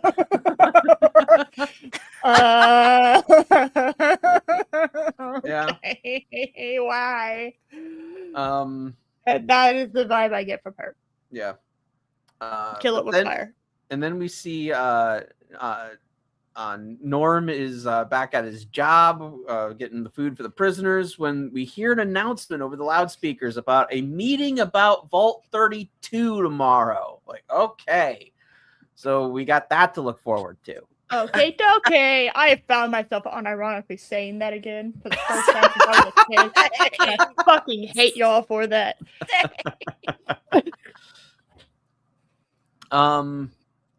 Back to Lucy and Maximus, and they see a big old sign for Shady Sands. And why is there a big city billboard for it when it existed after the nuclear blast? Why would they waste resources building it? And then why wouldn't it have been destroyed in the newer nuclear blast? They used all their best materials to make guess so. The billboard, and they used the lesser materials to make the buildings. And I don't know, but I know this is the part where several people that I know who've played the Fallout games have lost their shit. And some of them refuse to go beyond this part. There's something about Shady Sands that has triggered some people. And it's made me want to look into the lore. Shady Sands was in the first 2 games. Which you have not played. I am judging this as a show. Oh, you did play it. Never mind. So I have not played the first 2 Fallout games, but I am judging this as a show. So they need to explain then to me why Shady Sands matters. Because I know Chester and Lenu, they are 2 that are like, and so that's fine. I get that. I totally get that. Take on it. Dude. I get it. Believe me, I understand. We've all had something like that happen. Okay. Right. I had that happen to me in the Percy Jackson shit. Okay, buddy. Yeah. But to I be get fair, like I said, it has made me really want to dig into the lore because I enjoy the show and I enjoy watching the games. I've never played them, but I don't know all of the lore. So I'm enjoying the conversation surrounding the show, in other words. And no one has been like, I don't know anyone who's been like, I hate this because of this, and it's some obscure reason. You know, they all are lovers of the game. They appreciate the game. So it I don't know. It's kind of, I'm enjoying it because they have their reasons, and I'm enjoying the show of its own accord. But since you've played, you said you haven't played 1 and 2, but you've played I've the other played ones? I've played 3, New Vegas, and 4. I've not played Okay. 1 or 2. Because those are a lot older, so it's harder to get and on an operating system now. Yeah. I'm certainly wouldn't be opposed to playing them. They're not available really right now. Yeah. Trying to think. I think I saw Loki play the beginning of 4. I don't remember exactly which game it was, but I was like, oh, okay. The beginning of 4 is where you get frozen. Was that it? Yeah. So they were in a house. That's 4. They were in a house, and then they ran to the vault, and you got frozen. And I was like, yeah, that's Fallout 4. Damn it! I'm doing it again. God damn it. Yep. I hate stupid show. For making me do that shit. I have mixed feelings about the show otherwise. We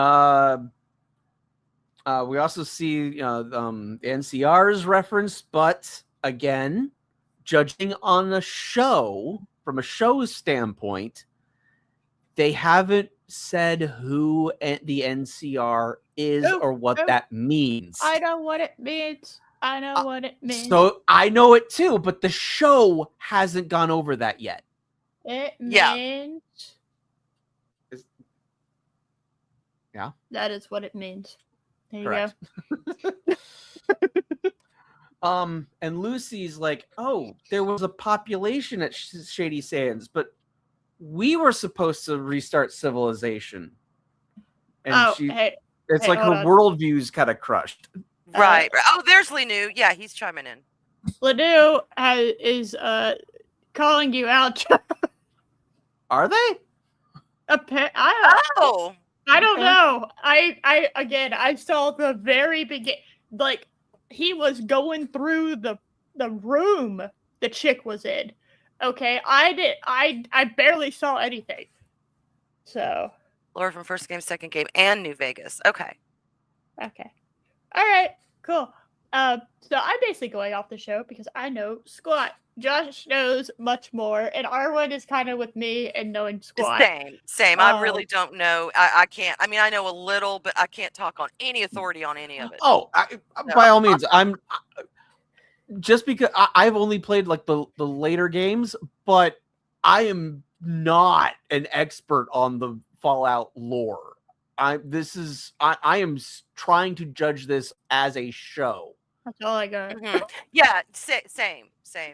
I have watched some of the games, and I've heard people talk about the lore, like watched videos on it. It is fascinating, but it is also a lot. So I have to take it in tiny little increments. I would hope. It's a whole world's worth of lore. I would hope after 5 games you had a lot of lore. Good lord, what the hell? Exactly. Yeah. So. And then like Lucy's all like, but we were supposed to restart civilization. How could they do it without us? And Maximus is like, well, it didn't work out. and then you just see the gargantuan crater of Shady Sands. It's like, wow. We did it again. This is where Lucy's lore, her own personal world lore, and her own personal doctrine has been challenged. Right. Not just by what somebody else is saying, because anybody can say anything, but by the physical evidence before her. This is really when she starts, or when I would expect her character within these next few episodes to start internally what she's grown up and learned and been taught versus what is really happening. That's the internal monologue that I expect to from this point on to start see her having. And it should affect her character and how she responds and acts. This was the pivotal moment for me, really, that I'm like, all right, she's seeing it now. It's not just a fantasy. This is reality. It would be a shame if she reverted. Yeah, so God, this it is would where be I would such a expect her to bummer. start being like, maybe everything's not all as my doctrine of life has been challenged. What do I She do definitely doesn't revert in the next episode. Or No, it's absolutely not. fine. She immediately doesn't like reset her brain and now? go Give la her la time. la Give la her la. time. She's got some kinks to work out. Give her time. Hey, I agree. I actually really thought she was going to change. I mean, but it takes time. Rooting. Dude, To be I was fair, rooting for her. I was. That shit takes time. It takes time. I was rooting for her to evolve because I was like, well, that's me, right? That's the audience. That's us as the audience, right? Because like we don't know what the hell's going on. We're all pretty naive to all this shit. Okay, well, la la la la la, and she's evolving, and you kind of go, okay, and you kind of get more and more, and then she keeps resetting and resetting, and you're like, God, damn it, this ain't me no more. Or you're calling me dumb. No.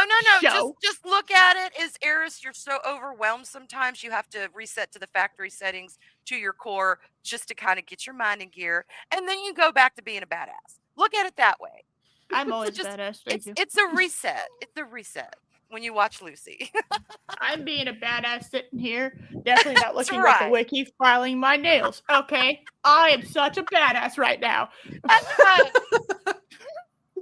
Girl, Sometimes we have to go, oh my God, I've seen so much horror. If I don't say an okie dokie, my head's going to explode.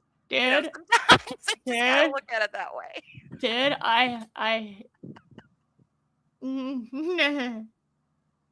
nah. Anyway.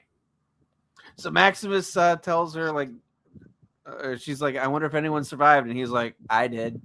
And then we get that flashback of him coming out of the fridge again. I love it. And where did they find that little kid actor? He is so cute. I want to just scoop him up and hug him and say, honey, it'll be okay. I love the casting in the show. Give him a popsicle. Give him a popsicle and give him a little pat on the head and let him watch cartoons. He is so cute. It's like, oh, little knight, come with me. I want to take care of you. But he's out there in the rubble all by himself. It's sad. Well, no. There's a Brotherhood of Steel soldier there that we keep replaying that shot over and over and over again. To be fair, it's a great looking shot, and I don't blame them for reusing it a couple times because it is very good. And you get why he wants to be one when he grows up. That saved him. The Brotherhood saved him. Right. He had nothing. And he's looking to the ideal. Yes, to the ideal. Yeah.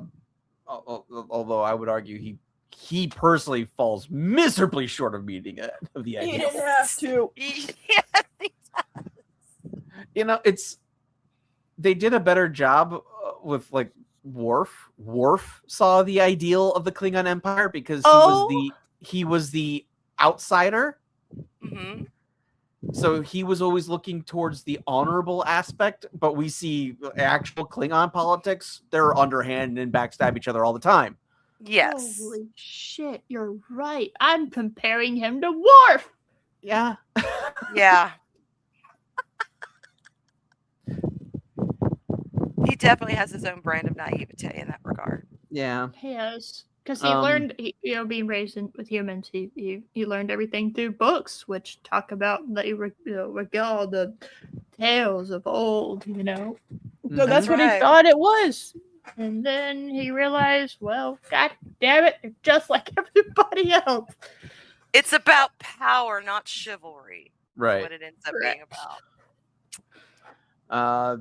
Anyway, so Maximus then his blood loss gets really convenient at this point, and he starts feeling weak. It's like, oh, now it's bleeding bad. Okay. Right.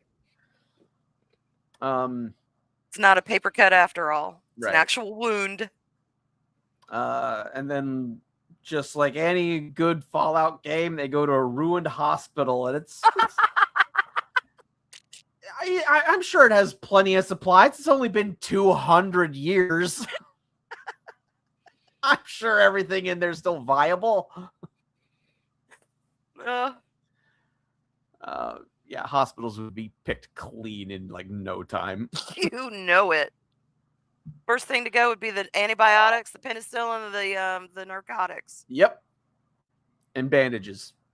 And bandages. Yep. That would all go away immediately. And toilet paper. Toilet paper. True. Yeah. And then how does Lucy not see the Vault Tech logo painted right in front of the hospital? It's not big or bold or they're in bright colors or anything, so I don't know what you mean. Like, Very easy to miss. Because blood. There. That's your answer. Maximus is bleeding. And he's like, Lucy, don't go in there. We don't know what's in there. And she just goes Leroy Jenkins, like just charges right in. Well, y'all wanted her to get some development. There you go. She's going all Rambo on this hospital. Then Maximus like goes in after her. There's no sign of her. He goes into like this small little room. There's no door handle. The other door closes, locks him in, and then he just Holy shit. That was great. You're welcome. That was fantastic. He just falls right through a trap door. Back to Vault 33 then.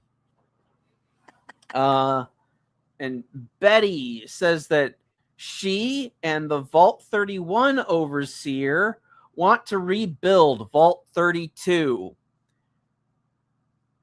Mm-hmm. We see like 50 people. How are you going to do that, dude? I believe in it. Okay. Okey Why not? dokey.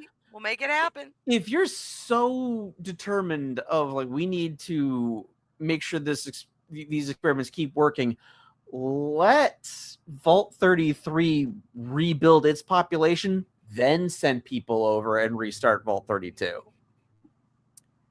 Just saying. Well, that would be reasonable. I like that idea, but they chose to go with the second choice. And then they start going on a tour of Vault 32, and everything's really, really clean. Who the hell did that? That is exactly my notes. Me, I did it. Like, little did you know, I was behind. You did a freaking good job, Aaron. Thank you. That thing was, you could eat off the floor. I wouldn't. Oh. I personally would not do that. But Yeah. sure, if you realize the need. It looked so good. Not a dead body in sight. But like a Vault 33, like all the people that are there, they're from Vault 33, and they're like, "Whoa, look at this place." So who did the cleaning? Me. God damn it. I think it's funnier though if it's Betty. She just did the whole thing herself. I mean, Leslie Uggam, she could do it. I love the idea. She's like, all right, bitches, I'm gonna clean this shit up. Rolling up her jumpsuit sleeve arms and shit, getting down with the mop. Motherfuckers, I gotta get them by myself. Just like dumps the bodies in like a wheelbarrow. Well, just another day is over, sir. Work is done. Puts the fucking bodies in a crash compactor. Just there you go. Just another day, about 32. Just slaps paint over the dried blood on the walls. It's always been red. What do you mean? Yeah. That's right. We're doing some color changes around here. Getting into our bold primary colors. I know it's yellow and blue has always been our colors, but I think red would make this place look so much better. Oh my god, let's paint the walls with this shit.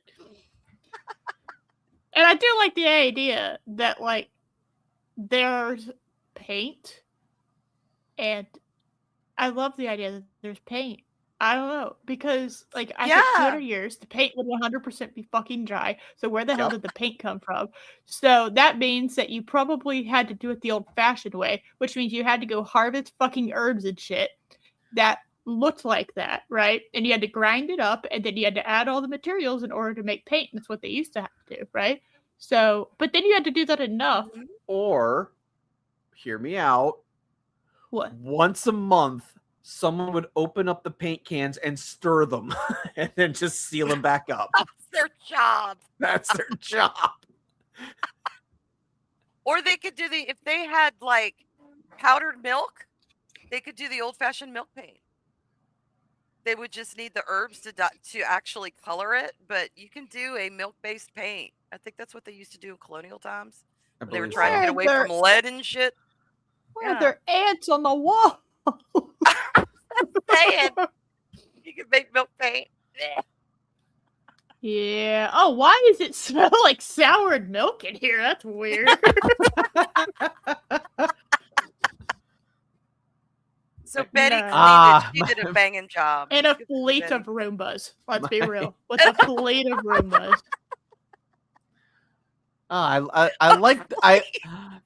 That's my new favorite paint color, yogurt. Yogurt.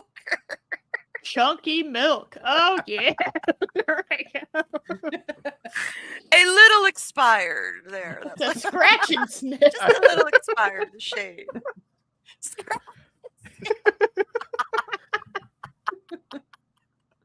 Oh my god. Shit. Yeah, Vault 32 is its own character at this point. It really is. I like that we have Betty, a fleet of Roombas, and gross ass spoiled milk paint. And she did it in like 2 hours. You know? Mixed with blood. That's why she had a fleet of Roombas, man. We've cracked the code, y'all. Hey, oh my God. Rebel Moon has taught me that you can do anything in a short amount of time with no technology. That's right. And Betty's a badass, so if anyone could do it, she could do it. I believe in Betty. Yeah. Well, I mean, like she won the popular vote for a reason. Oh my god, yeah, because everyone wants to buy her damn Roombas. Yeah. She has like 200 Roombas. Right. Anyway, so Norm meets up with her and even comments like, "Good job cleaning up." Yes, he did. Which just makes me even more happy that we're going with the idea that Betty just did it all herself. Oh my god, Eris, we have a request. We have a request, a picture request for next week. We need Betty with Roombas and milk. I'm on it. I am fucking on it. And a vacuum cleaner in one hand, painting the walls with the other hand. Here's a Betty from the Fallout. Dusting with her foot. I mean, standing proudly in Vault 32 with a massive fleet. Give her like the backpack vacuum cleaner. Roombas and armed with a yellow and blue Vault jump suit. Mm-hmm. And Betty's a badass, y'all. Matching. Yeah, painting the walls with one hand, a mop in the other hand, and a feather duster in her foot. I am not showing Betty's feet. Okay, we need a wheelbarrow. I mean, I don't know how gross they are. You don't have to get gross, but somehow a wheelbarrow of bodies or clothing or something in the back. A wheelbarrow with a tombstone in it. Yes, there you go. To represent all the bodies. Or just a bunch of fucking pit boys just. Oh, there you go. Piled up in the wheelbarrow. My God. Betty's just been highly elevated in my eyes, I have to say. Her and her army of Roombas. Roombas. Can't. I'm dead. Okay, I gotta go powder room now. I'll be right back. No, you're fine. This is very important. I have no idea how this is gonna come out.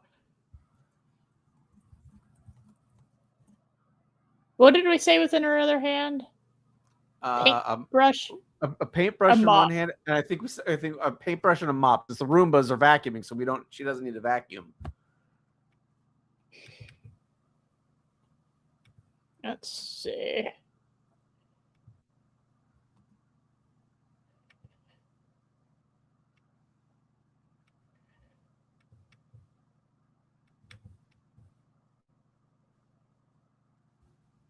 How do I spell Roombas? Roombas. Okay, there's 2 O's. That's what was. Yeah. Okay.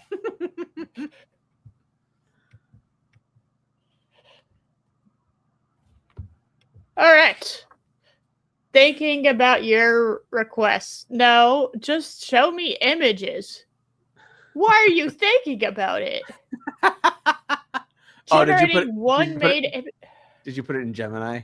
I put it in Grok because I had it open. I had Okay, Twitter I'm open. Yeah. Oh Lord. Anyway, so Okay. Back to the episode. right. So Norm also notices that the overseer's computer, where he got all the information from, has now been like ripped open. Yes.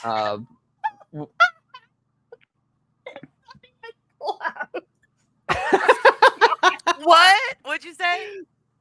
Oh, it's not good. Okay, I need. Just share it. Oh, No, you you did don't it now? understand. Oh. You don't understand how not right this is. Not right. Okay, Okay. this is wrong. But okay. Sure, here you go. I don't.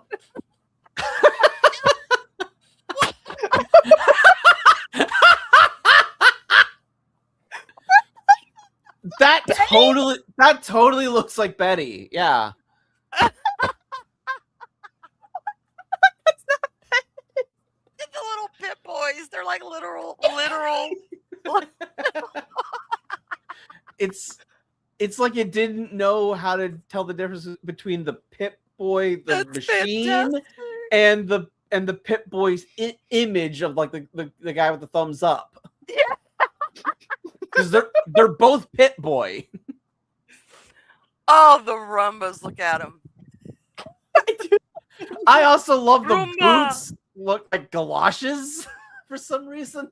It's giving Sue Storm. If Sue Storm, instead of being a superhero, was Betty. Giving Betty, but white. And you gotta appreciate the like. Well, I'm posing for a picture. You gotta jet out those hips. Yeah. I don't know why. It's very Fantastic Four to me. I can't. It's just very Fantastic Four. Forget you, Reed. Fuck all this. I'm gonna go live in a vault, be caretaker, and wreak havoc, and then clean up afterwards. Because I'm Sue Storm. But call me Betty. Changes her name to Betty. I am upset that we didn't even try to make her black. Okay, we didn't even try. We didn't even try to make the character look like how she looks. Oh, Betty's colorless. Everyone loves Betty. We all love Betty. Oh, I'm pretty sure she's. Colorless and timeless and ageless. We love you, Leslie Uggams. There's also just something magical about like it's not just an army of Roombas, but also then Roombas placed on top of Roombas. Like we have to like demonstrate. We have to show that these are Roombas. Oh my god. I love it. I love it. The yellow wellies, right, babe? Right. All You right. don't want to get her feet wet with all that stuff. Ugh. Love it. The pit The boy. fuck is this? All right. All right, I'm going to generate more real quick, and I will come back. All All right. right, make the woman African American Older and Yes. older. Older. with a fro. And With a red fro. Or ginger fro. oh, that I'm sure it's gonna do that exactly. Ginger afro. Yeah, that's gonna look real good. A ginger fro. I noticed There it you go. today. I went, Leslie Uggams done and went dyed her hair red for the show. Oh my god. Oh my god, did I not notice that before? All right. Continue, please, with the show. Okay. I'm doing. Okay. God, Oh, all right. Where are we? We're with Norm and Betty. Okay. So Norm notices that the overseer's computer has been like completely ripped out, and that's the one that he got all that information from. Yeah. But it's like broken open and everything. Why wouldn't they just like open it up and like remove the computer? Or just replace it. Yeah, I don't understand why it was damaged. I mean, of course, it was a siren thing from Norm, but just why not? You cleaned up dead bodies. You can't replace a computer. Yeah. I mean, look what everything else that Betty had to do. There was a lot. So Good point. What am I saying? Sorry, Betty. She was like, damn it, he's going up to the overseer's office. Hold on. And then she just like Hulk smashes the computer and rips out the parts. Hulk smash. She's like, damn it, that boy keeps me on my toes. Running around, now I gotta be smashing computers. What the hell? Stay out of shit, Norm. Norm asks, so what happened to my mom's Pip-Boy? And she's like, oh, well, she was buried with it. And he knows that's a big lie. That's a big one. Yep. And then Lucy, it was her Pip-Boy that they were able to use to get in. Correct. Yes. Okay. Yeah. It was. The Raiders used Rose's Pip-Boy to access Vault 32. Yeah. Now here's Betty saying we buried why a Pip-Boy from Vault 32 is able to open Vault, or from Vault 33 is able to open Vault 32. I don't know. But it worked. It does. And in fairness, that also usually works in the games too. And it was a really convenient way to get that information in the story to Norm. So I guess they went with that one first. Plot armor be damned. What? Lucy and Maximus, they wake up and they're in a vault, and Lucy has a look of peace on her face. Yes, she's home. She is home. That is the end of episode 5. There was no ghoul. That automatically gives it a -1 score. Agreed. There's already that's a deduction. There's no ghoul, so agreed. But boy, episode 6 made up for there being no ghoul. He's in like 75% of the episode. Mm-hmm. A lot of him. Yep. And I love how he's basically playing. I mean, like, not just playing, but it's a dual role. Being a cowboy. Yeah. The actor played a cowboy for a job, but then as the ghoul, he really is in the Wild Wild West. Well, I mean, living in this world is essentially the Wild West. That's what I mean. It is the Wild West, and he has to live being a cowboy to survive. God, what a good actor, though. Shit.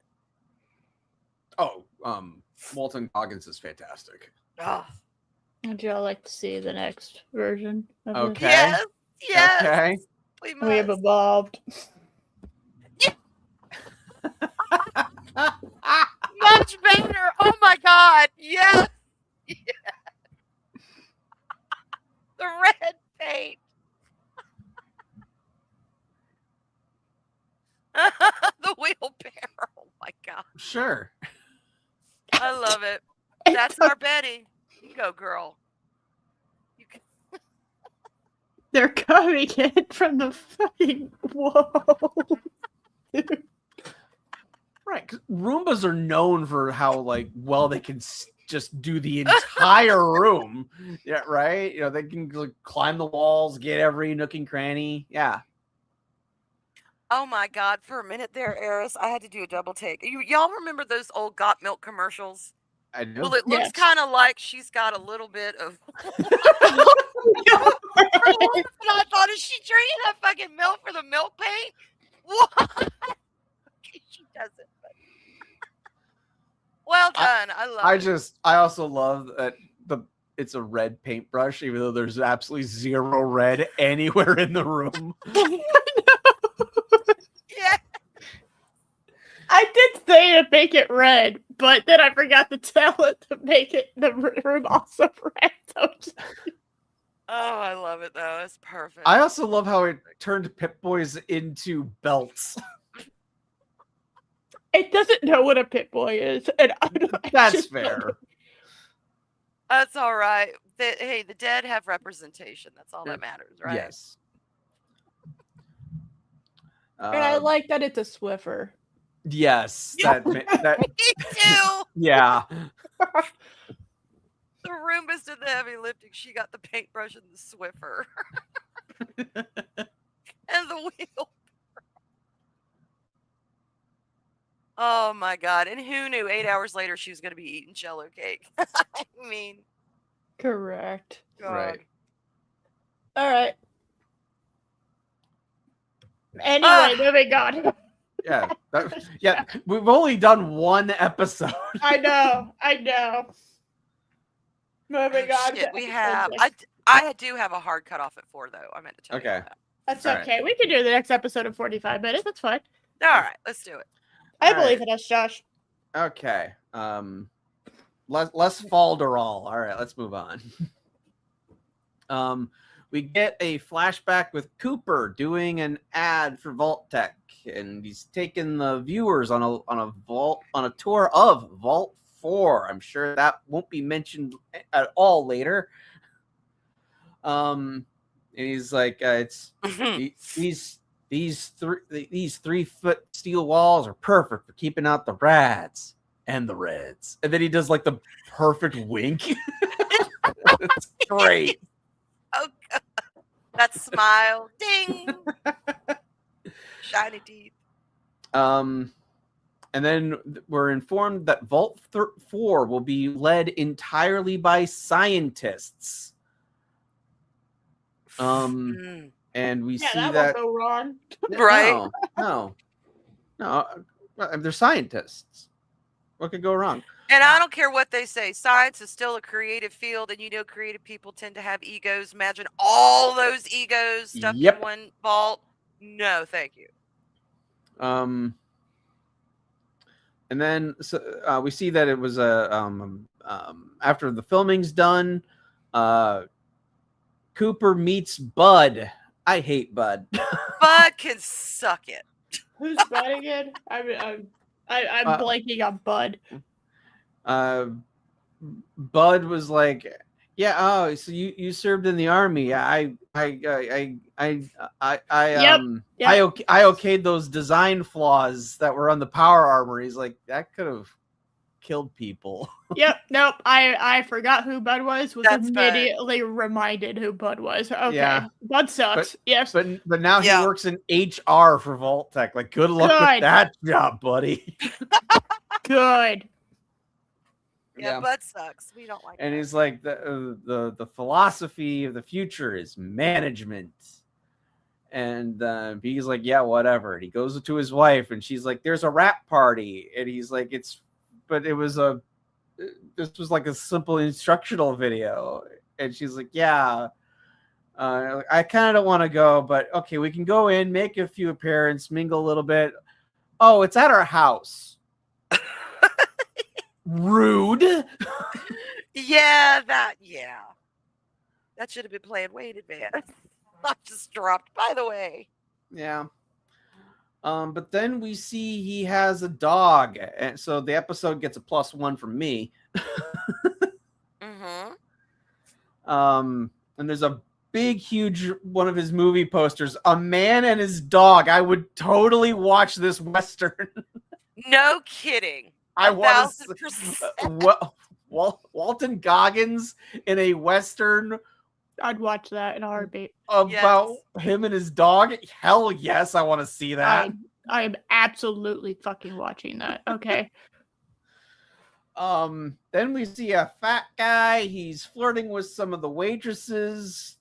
Girls, on your own time. Come on. Chop, chop. And then he's like, hey, you want to, like, get together after the party? And they're like, ew. And they just leave. Like, what's the point of flirting with him then, ladies? I don't get it. Right.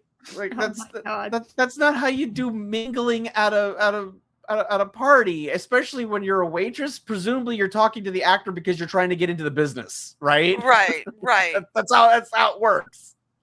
And then you immediately like shut them down. Like, what are you doing? They've been taught wrong. Yeah. Because none of that's how it works. Like, that's not how you network at all, ladies. Go back to waiting tables. He's like, yeah, I sold all my rights to be the voice of the Cogsworth robots, and they paid me, and they kind of didn't give me a whole bunch of money, but they did give me one of those robots. And he's like, and he's talking about being blacklisted, and he says, and I wrote this down, radicalism is sweeping through Hollywood like a bad case of the clap. And I just wrote based.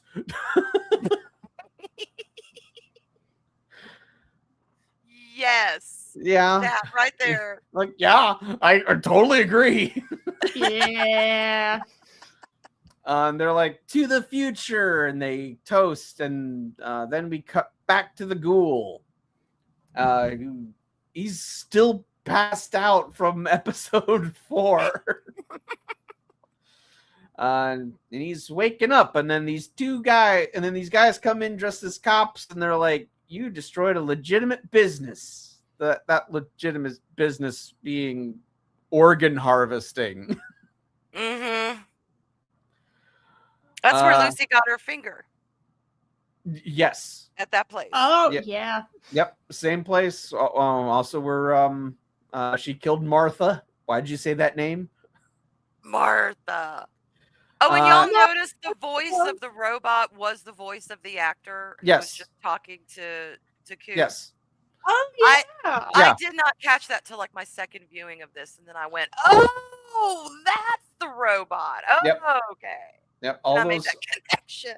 Yep. All those Mr. Handy robots were voiced by that dude. I personally wish they had gone with the voice actor from the games, because that voice is like even more properly chipper sounding. Ooh. Hey.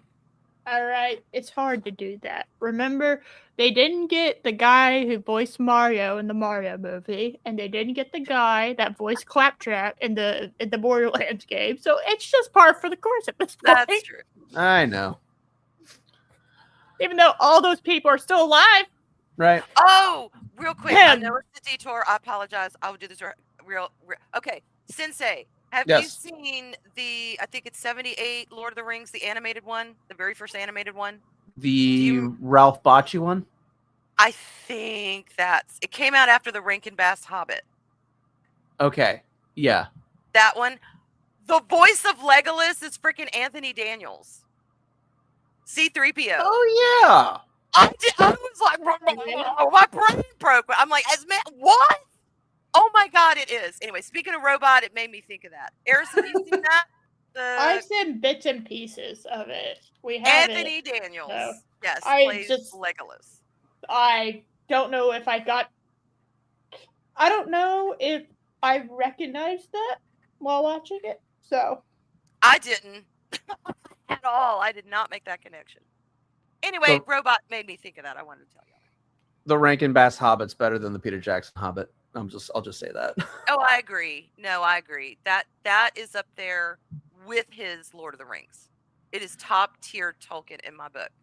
The way that they did it and honored it. I love The Hobbit, the Rankin Bass one. And it's I love it. so efficient with his time. Yes, and everyone's perfectly cast. Yeah. Perfectly cast. Doesn't John Hurt play Gandalf, I think, in that one? John Huston voiced Gandalf. Houston, not John Hurt. John Huston. John Hurt was, I believe, Aragorn. Yes, he was. You're right. I'm getting my crossbreeds here. You mixed up your Johns. I'm mixing up my Johns. Anyway, I'm sorry. I didn't mean to detour. I just wanted to tell you all that. I thought that was cool. Back to Lucy and Maximus. They're waking up. Maximus is getting his arm tended to. Why didn't the doctors do that while he was passed out? I don't know. Whatever. They mentioned they found his power armor and they're bringing it back. How? How'd they do that? Brain? How are they doing that? Through the power of friendship. Yeah. I mean, I guess if Betty can have an army of Roombas, they can have an army of John Deere tractors just sitting out there. Oh my god. Why not? Just a bunch of Vault 4 mutants with we got a great big convoy. Truck. See, sometimes plot armor is fun because you can fill in the holes with your own imagination. All right. And we find out that a lot of the people in Vault 4 are survivors of Shady Sands. Mm-hmm. And they're like, okay, so you guys are gonna, you need to be left in quarantine for a little bit longer, and then you'll be good. And Maximus is like, you smell good. And Lucy's like, you want to have sex? And I went, oh God, please no. She's so matter of fact about it. Hey, you want to play checkers? You want to bone uglies? I mean, Would you like to go to Bone Town, Maximus? My notes here are: Maximus tells her she smells good. She immediately asks if he wants to have sex. I gotta admit, I never tried that approach. I never tried that, so I can't say if it works or not. I gotta admit, there would be some women that would go for it because it's so direct. Yeah. Not playing any games, just being like, yeah, you want it? Somebody's gonna say yes to that. I can guarantee that actually 100% someone is saying yes to that. Oh, easily. Oh my God, but poor Maximus is like, huh? What? But then, and he's hesitant, but it's not because he's being a gentleman, it's because he doesn't really understand what an erection is. He's like, huh? What? He knows what a pimple is, though. Yeah. Like, dude, you're in the military. You've done all kinds of strenuous work. You're not a monk. How does... I mean, I imagine they don't have it. It can happen without any kind of arousal. It just happens sometimes. Josh is an expert. He would be the one on this panel for sure. I'm just saying. He is a male. So, exactly. I mean, he would know out of the three of us. Exactly. I would hazard a guess Josh would know. I have never woke up with morning wood. I gotta be honest. Oh my God, Ram Pam, I was just thinking that. I was like, well, Robert used to call morning wood, good morning, and then go to the bathroom and go about his day. It's just, and I'm like, does this happen all the time? Yeah, that's true. Yeah. It can just happen. I am not talking about no, I'm not talking about that, okay? Absolutely fucking not. We are not ever going down there. Yeah. But that's a good point. How are you less familiar with sex in the military than the naive vault dweller? It just, whatever.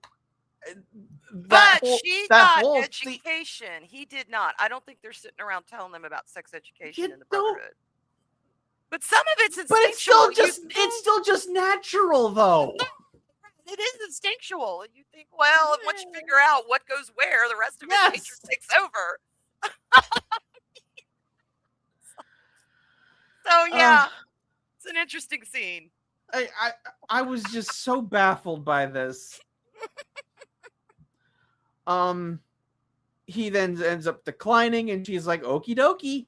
And then the camera pans up, and we see it's labeled test subjects. It's totally like something sinister. It's not a red herring at all. Yeah. No, and I got really excited. I was like, "Oh, we're doing spooky. I love this. Let's do it." Yeah. Me too. I'm like, I want to see a freaky vault. That's what I want to see. Oh, and they get freaky. Oh, mm-hmm. Boy, howdy.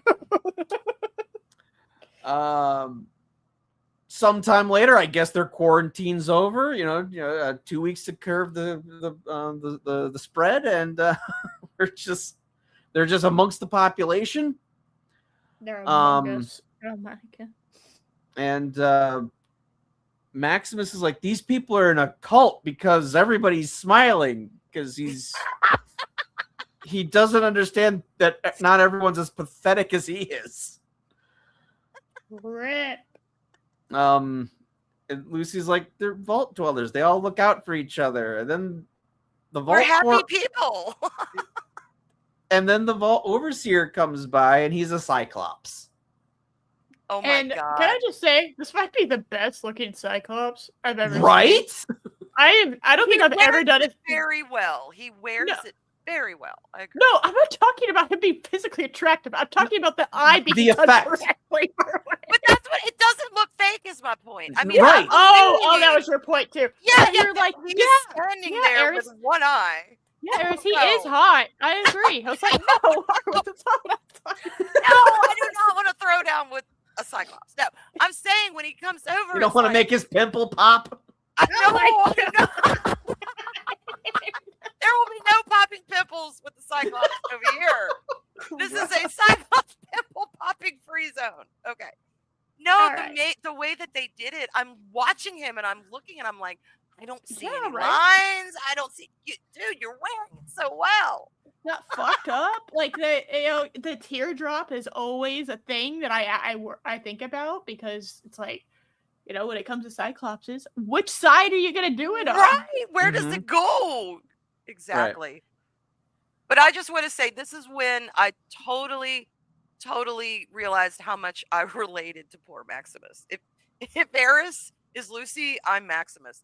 Because during that scene, he starts laughing and giggling and looking around, and the look on his face is, what the fuck? Yeah, and people ask me all the time, why are you laughing? Why are you laughing? Why are you like something's not funny? And it's like, because it's just so, when you don't know what to do, just giggle. It'll get you through it. And he is like, for me, I don't know what to do. I will either laugh or I will silently judge. Well, Lucy's expression was like, Now, hey, I am a lot like Lucy, which is probably why I'm so hard on her, because she does some of the dumbest shit later.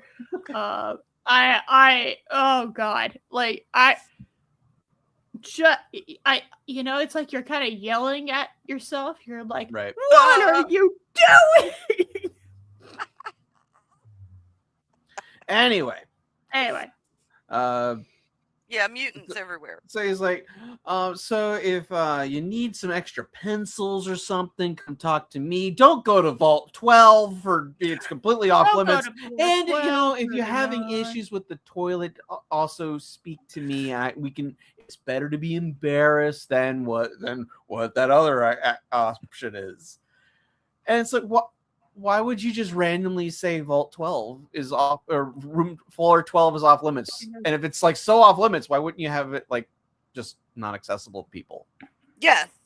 Or just have a guard. Talk about it because they wouldn't know there's a 12th floor if you didn't say about it. Yeah. It's like they'll press the red button. At least in like Beauty and the Beast, when he mentions don't go to the what was it, the East Wing?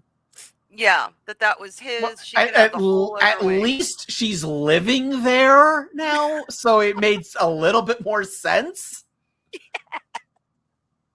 Yeah, and she went the wrong way. So she went up where she went. She was going like, and she Right. happened to see it, and she went, "Okay, fuck it, whatever. I'll see this." And I don't think she understood exactly where she was until the beast was there, and then she went, "Oh, oh, oops, oopsie poopsie." Oh, Oops. Right. Anyway, He's freaky though. He is a trip. the beast. Yeah. No, the vault leader, one-eyed,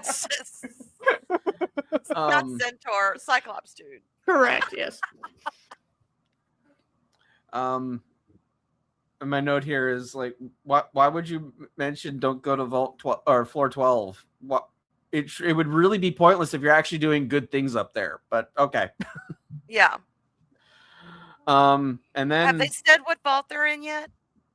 Have they actually said on screen? I believe they did. Yeah. Yeah. They are in vault 4, which is the one that run by The science scientists. vault. Yes, that was the one they were doing the ad in. Right. Again, I did not make that connection until this time watching it. I'm like, how the hell am I missing this stuff? Oh shit! You That got was distracted cool by to me. cats. I got what? You got distracted by cats. Probably. Story of my life. And then they're like looking around and they're seeing other mutants, and Lucy is like really, really uneasy, but not the Brotherhood of Steel member who has been taught that mutants are abominations. Yeah, they just switched brains here. It's like, what? Shouldn't he be the one that's like freaked out and like ready to kill? Yeah, that kind of pissed me off a little bit. I was like, okay, what just happened? Yeah. You think, I mean, he's never been in a vault, but he was Mr. We got this is suspicious, and now you see all the freaky people and you're at peace? Okay. That's all And it being takes. a Brotherhood of Steel member, he's been taught that mutants are abominations. Yes, Like, that too. anything not human deserves death. I forgot about that. That's kind of key. Yeah. His beliefs, you're right. And that would include anyone who has an abnormality, not just the ghouls, correct? I'm assuming they mean any mutant. Yes. And I'm trying not to think ahead. I'm trying to stick with just what I've seen so far. Right. Yeah, so far, okay, gotcha. Yeah, that's problematic. And then we get a flashback to Cooper. And he and his wife are just chilling in the hot tub, and he's like, we should just quit our jobs and get a ranch and get away from the cities. And she's like, get away? Sorry, go ahead. I'm sorry. Yeah. That was a bad joke. That was not worth it. No, please go. Please continue. That was awful. I'm so sorry I interrupted you. Please, let's move on. And she's like, I'm working with Vault-Tec to ensure that we get a place in the vaults. And he's like, we're rich. We could just buy a spot in the vaults. And she immediately is like, one of the good ones. Yeah, and I'm going, wait. Nice detail. So even the rich people, they can't choose if they're in a nice vault or not? What? Well, so she's referring to the control vaults compared to the horrible experiments. So they get their choice of the vaults, and anyone else, no matter what, you just got to get what you get. Pretty That's much. kind of the way I took that, and they were not all up to snuff. Correct. Ooh, it's information. But Cooper's like, what do you mean by that? And she's like, nothing. What's for dinner? Huh? What's for dinner? I don't know what you just said, but I'm moving on with the conversation. Food. Want more wine? Yeah. Want food for dinner? I'm a fan of food for dinner. Food for dinner? Oh my god, I said food for dinner. But that's how she responded. It was like, essentially, yeah. Fucking hell. See, I love the show. I can't help it. I love the show. And even with its imperfections, I love it. Then I like Moonfall with its imperfections. You're okay, Arwen. All right. Good point. I'm I'm in safe company. I unironically love Plan 9 from Outer Space, so Oh, 1,000%. I'm with my people. Sure. Anyway, so later, Cooper's at the bar and he meets an old army buddy and an actor, and the actor's like, "Hey, why don't you come to one of my communist meetings?" Yeah. And he's like, well, the fact is, like, the Vault-Tec has a vested interest in the end of the world because that'll help their stock prices. Yeah, But all the people that'll be able to buy stocks at the end of the world. But then fiduciary responsibility. But that just it then ignores the whole idea of, but if there's no more economy, then all those stock prices are meaningless. Exactly. Yeah. He's like, why don't you just come to my commie meeting? And we can tell you the truth about Vault-Tec that we have inside information about for some reason. This is not a trap.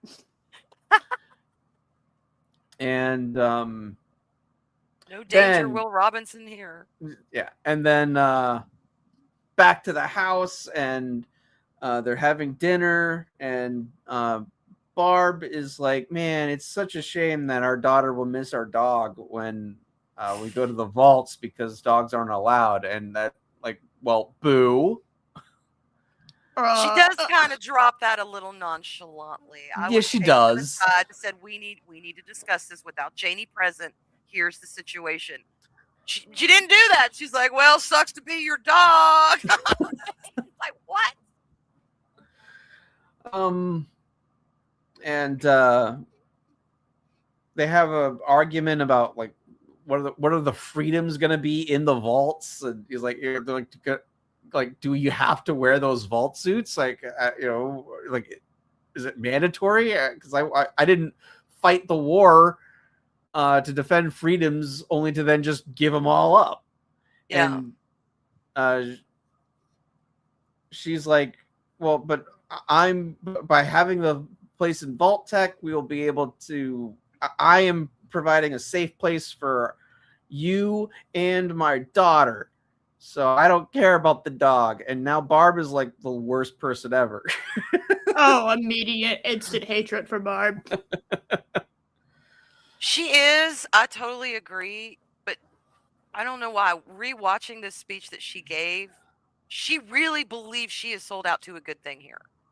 She is like, I am, yes. At least this is as a viewer, I should say, as a viewer watching, I believe she is sold out to a good thing. And she is like, look, if we have nuclear war, none of this is going to matter. I'm trying to keep us safe. It sucks. We got to get rid of the dog. I understand.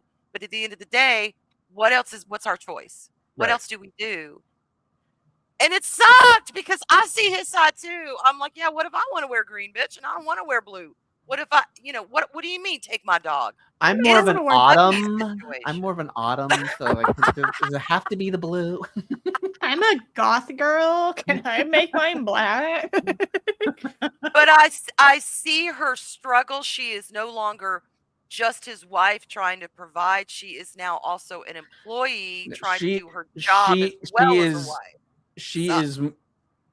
She's more Vault-Tec than wife at this point. You definitely see her go. Yeah, you see her leaning in that direction. She is more Vault-Tec than wife. That's what I was going for. Yeah. Caught me off guard. But, that speech got me because I saw both their points. I really did. I'm like, shit. I understand. Nuclear war. I got the point too. But I would want to keep all my cats. I would want to keep all my cats. So I understand why he's like, we can take the dog. But anyway. Back to Vault 4, and Lucy is talking to the Cyclops guy, and they have like this bizarre joke where he's convinced her name is Goosey. Yeah, what the hell, man? That was funny. And then that was supposed to be a joke. I thought it was. And then he puts on like regular glasses to like read the note, but it's Okay, like that not, was funny. Okay. but it's also like, why? It's not gonna work. All How he would be like would seeing not is work? the bar. He believes in himself. It's fine. Now, if he had like had like one end, like where you slide them on your face, whatever those things are called, the stems or whatever. If he broke one and then peered out of one side, one lens, Or a that might have monocle. worked. Or oh my god, if he'd had a monocle, Oh my God. I would have lost my shit, Eris. That would have been perfect. Make that man a monocle. My people. Oh my god. Yes. Yeah, him and Goosey. And he starts talking about how their vault policy is to take in people who need help. And eat them. Like Harfoot. I mean, they're in a vault, so they can never go off trail. So there's that. Nobody dies alone. And then Lucy asks about floor 12, and he's like, "Get out. We're done." I am not being suspicious. It's like, I know where this goes. They're not doing anything horrible up there, so like, why hide this? Right. Right. Not doing anything horrible is perhaps they are being horrible by not doing anything. Well, see, why didn't he just say, well, we're doing renovations because we get so many people from the surface, and right now it's just not safe to be up there. You could do that too. But he was like, warning, red bells, warning, danger, warning, don't ask me that, danger. Yeah. Well, I just wouldn't have talked about a specific floor having something. I would have waited. I would have given them like the general main areas and just let them assume it was like living quarters. Yeah. You're not going up there because why would you need to go up there? You're not living on there. And it's not, there's nothing but like units up there. So why would you ever go up there? I wouldn't call any attention to it. Yeah. That would have been, but then that then the plot wouldn't happen. I know the plot wouldn't be able to happen if we didn't do the dumb. We had to do the dumbs. That's right. And then we see Maximus finds where they have his power armor that they just got here with the John Deere tractors. And he's like, "Oh, right, it doesn't have a fusion core." And he just asks some random guy, "Hey, where do you get your power?" It's like he's already thinking of just screwing over all of these people. Maximus is a terrible person. Is it wrong? I was also thinking about doing that. Because at this point, I thought they were evil. They're sussy. I wasn't sure what they were. Yeah, I was getting vibes at this point for sure. I was like, They took him in, they healed his wounds, they brought back his power armor, and he immediately thinks about dooming their entire way of life. Well, if they're evil, is it really bad that we killed them all? But they've done absolutely nothing to outside of just being creepy. I'm obviously making a joke. Yes, that was not the correct moment to be happy about this, because they have not given you a real, like, yeah, you have a gut feeling. I'm not sure Maximus has a gut feeling. No, I think he's just an incredibly selfish character. Yeah. I see. He is, but is that selfishness coming out of a place of, I don't want to say understanding, of true selfish motive? I mean, yeah, it is. But at the same time, he's really just as naive as Lucy is, just in a completely different way. His naivete, his street smarts come from, hey, you take from others to survive. That's the way that, the Brotherhood take other things from other groups to survive because they're the Brotherhood. They're the good ones. But his naivete comes with social structure, comes with, sex, comes with all that. Her naivete is just the way that this world operates. But I think she's actually a lot sharper than him in a lot of ways. Yeah. But that's kind of what I took from this episode, that he was just very naive and almost to a point of being special. Yeah. That's a way to describe him. If you get my drift, yeah. No, I understand what you're saying. His brain is wired differently. It sees things. It's wired shut. I'm also wondering why the hell some random dude would tell a complete visitor, "Oh yeah, that's where our power comes from," and it's completely unsupervised too.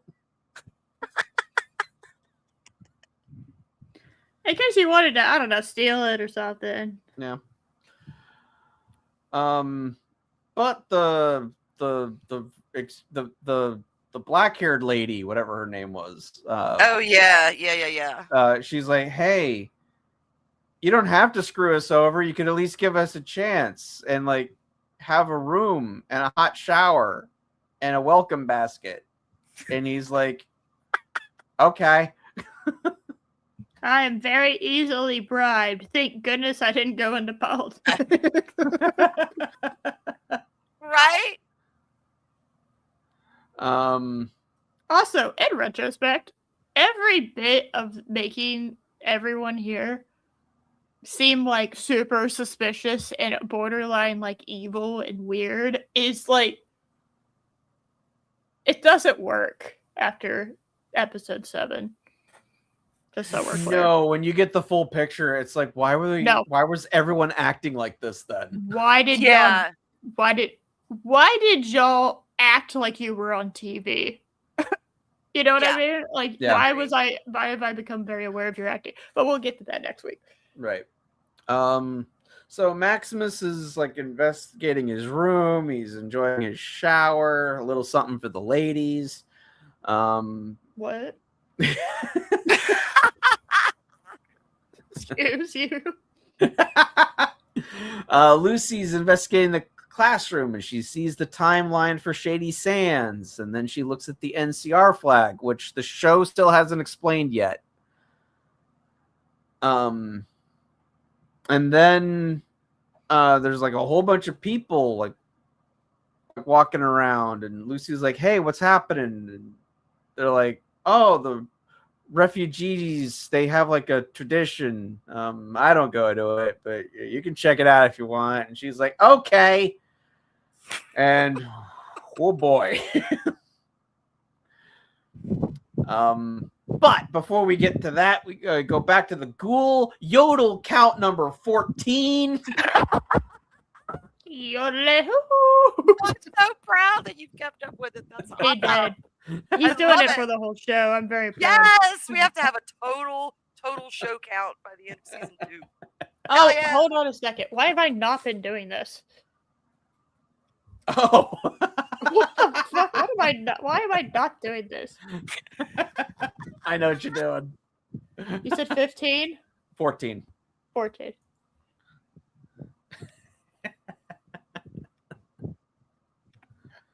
There you go. What the hell have I been doing? Oh my god, yes. All right. We are professional. We even count the damn yodels, y'all. What other channel will do that? Not one. Hell yeah.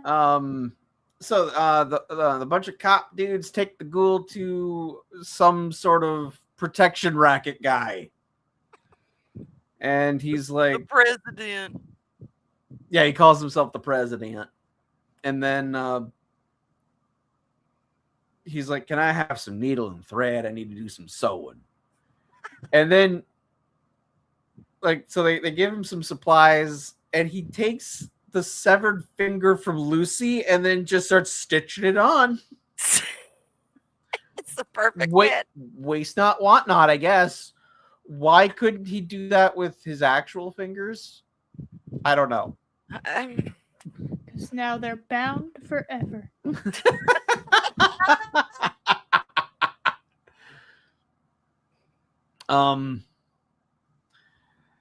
And then the ghoul starts asking about someone called Moldover.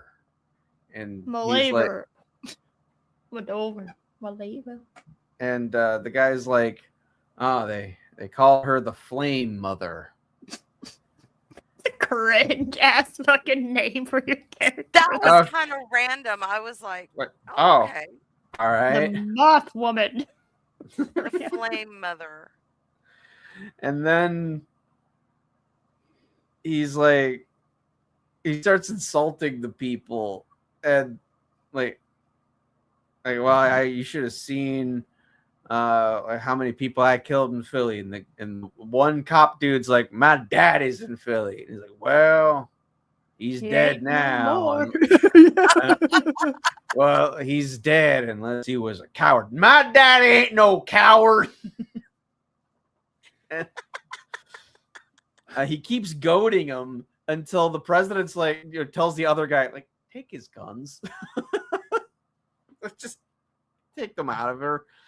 I don't know why he's ordering him to do that, because he then orders, like, take him out to the back and feed him to the pigs. So he's like, he's asking, like, he's like, why are you disarming one of your guys and then ordering the death of the guy that is there? Like, why bother? I wondered that. I'm like, no, he needs to put that gun in his back and say, move to the pigs. You just took his weapon. Bunch of Southern bubbas for this scene. That's what. Yeah. Ghoul then headbutts, grabs the guns, kills the two guys. Yodel count 15. And no one was surprised. No. No, we were all like, okay, yep, it's done. Ghoul kicked their asses. And then he grabs the Moldaver wanted poster, and he's like, that's not how I remember. And then how come you have not updated the Yodel count?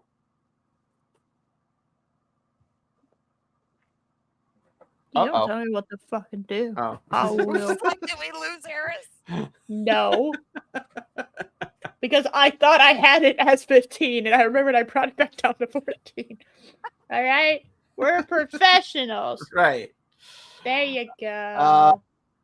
Have a flashback to Cooper going to the commie meeting, and it's intertwined with Lucy at the meeting. So it's like they have two meetings happening side by side, only one's like, oh, hi, how are you? And another's like showing off tits and drinking blood. You know, they're basically the same. Yeah. Ooh. They're covering themselves in the ashes of the dead. They're like, we are linked to the we are linked to the dead of Shady Sands, and like, okay. It was like messy. It was so messy. This looks, and then they start praying to Moldaver for some reason. The Flame Mother. And then they start stripping. And after that, I went, okay. Lucy's like, what is going on? I never related more to Lucy in that moment. Yeah. We were both like, wrong what room. the fuck? I saw so much booby. I did not need to see that much booby of just random people. All right. Oh, it was boobage galore. Booby, male booby, female booby, and very There and very few of those boobies were like worthy to be on screen. I mean, there was like, very diverse amount of booby. Okay. Yeah. And I from both appreciate genders. them all getting natural. That was fine. You know, kudos to them. But Well, yeah, dude, it was they do right plastic- there. Do you imagine plastic surgery as a profession still exists 200 years later? So yeah, Lucy's introduced to the boobs. And the covering themselves with the ashes and the drinking of the blood and the praying to the person that she's looking for. It's like, so having a weird week. Yeah. Meanwhile, in back in the past, we see Moldaver meeting Cooper, and she's like, "Hi," and then she just like walks off. And I went,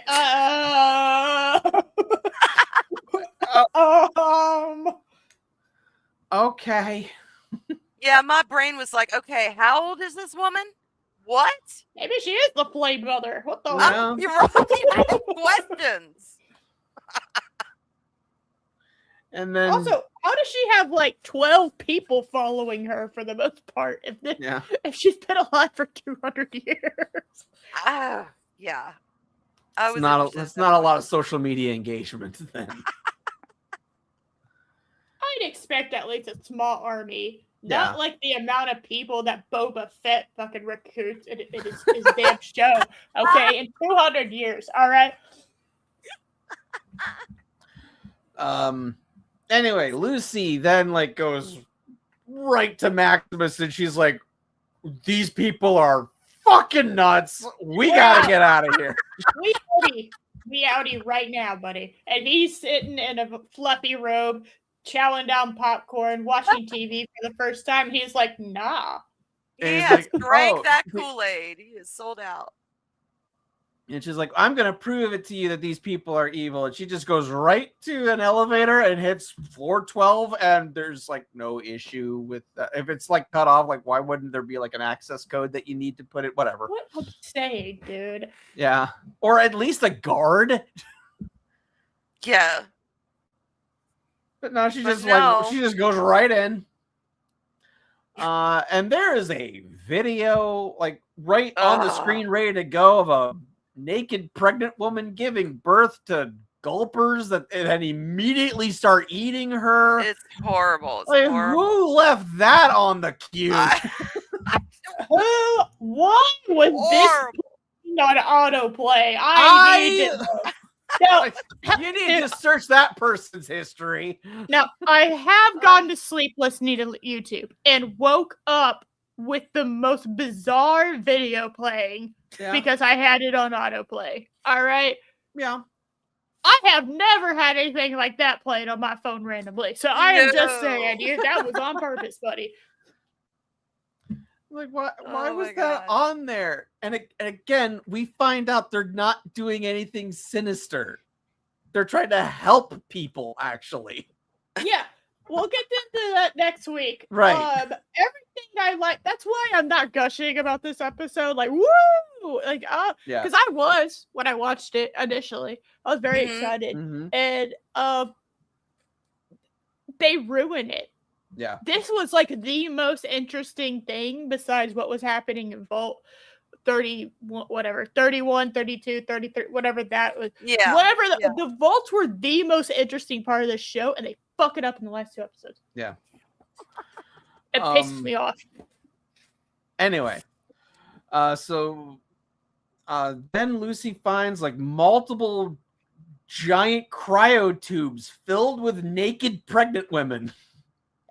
Remember Yeah. what I said about their lack of doing something is worse? Yeah. Well, I suppose they're looking for a cure, but we'll get Kill to that. them. We'll get to that. We'll get to that next week.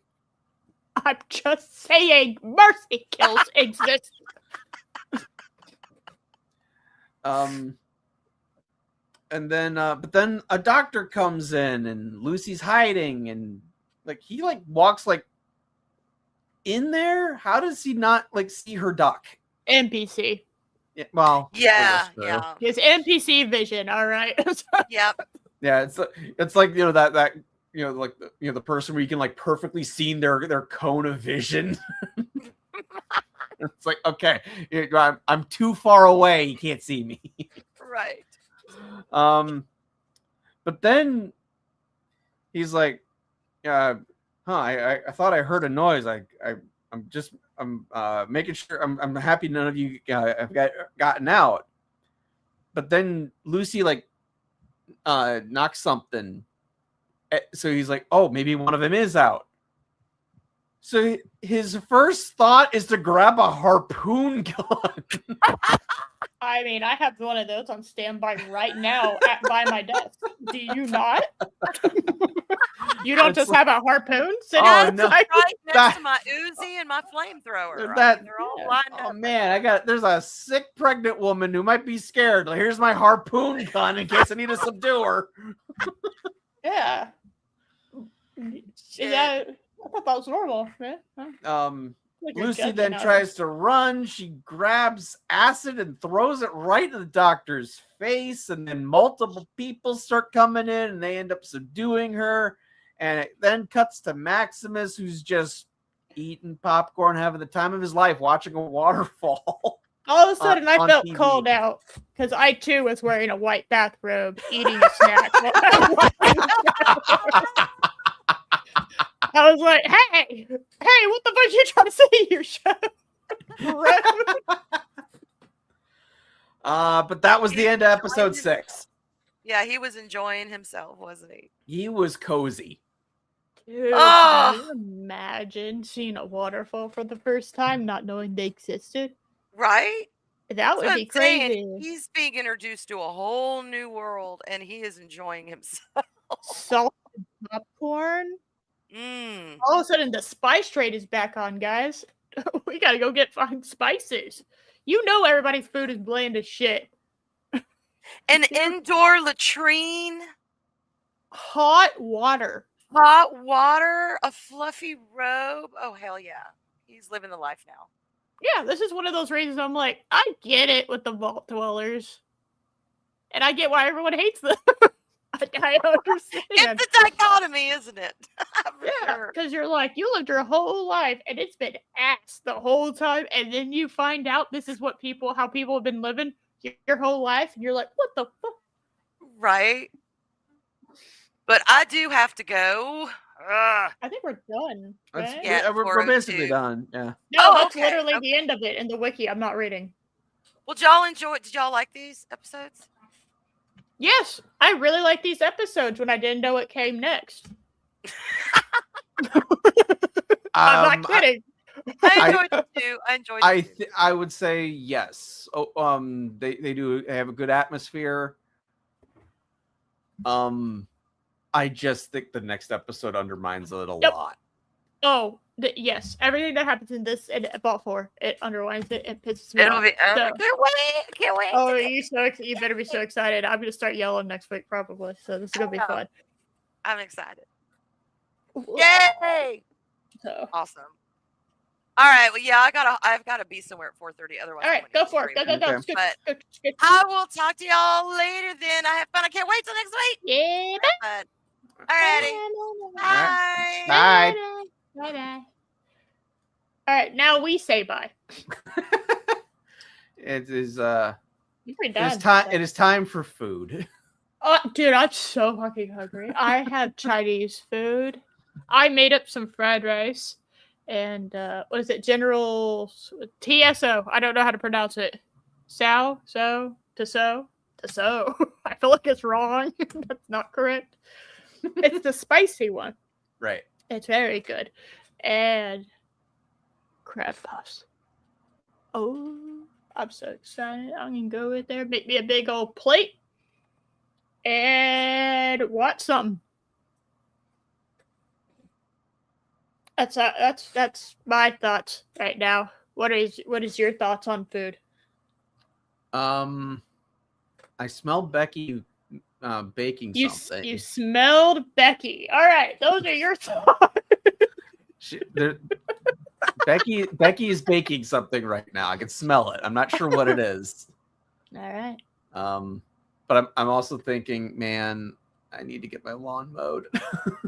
Oh shit! Yeah, and yeah, go do it. And the fast, you know what?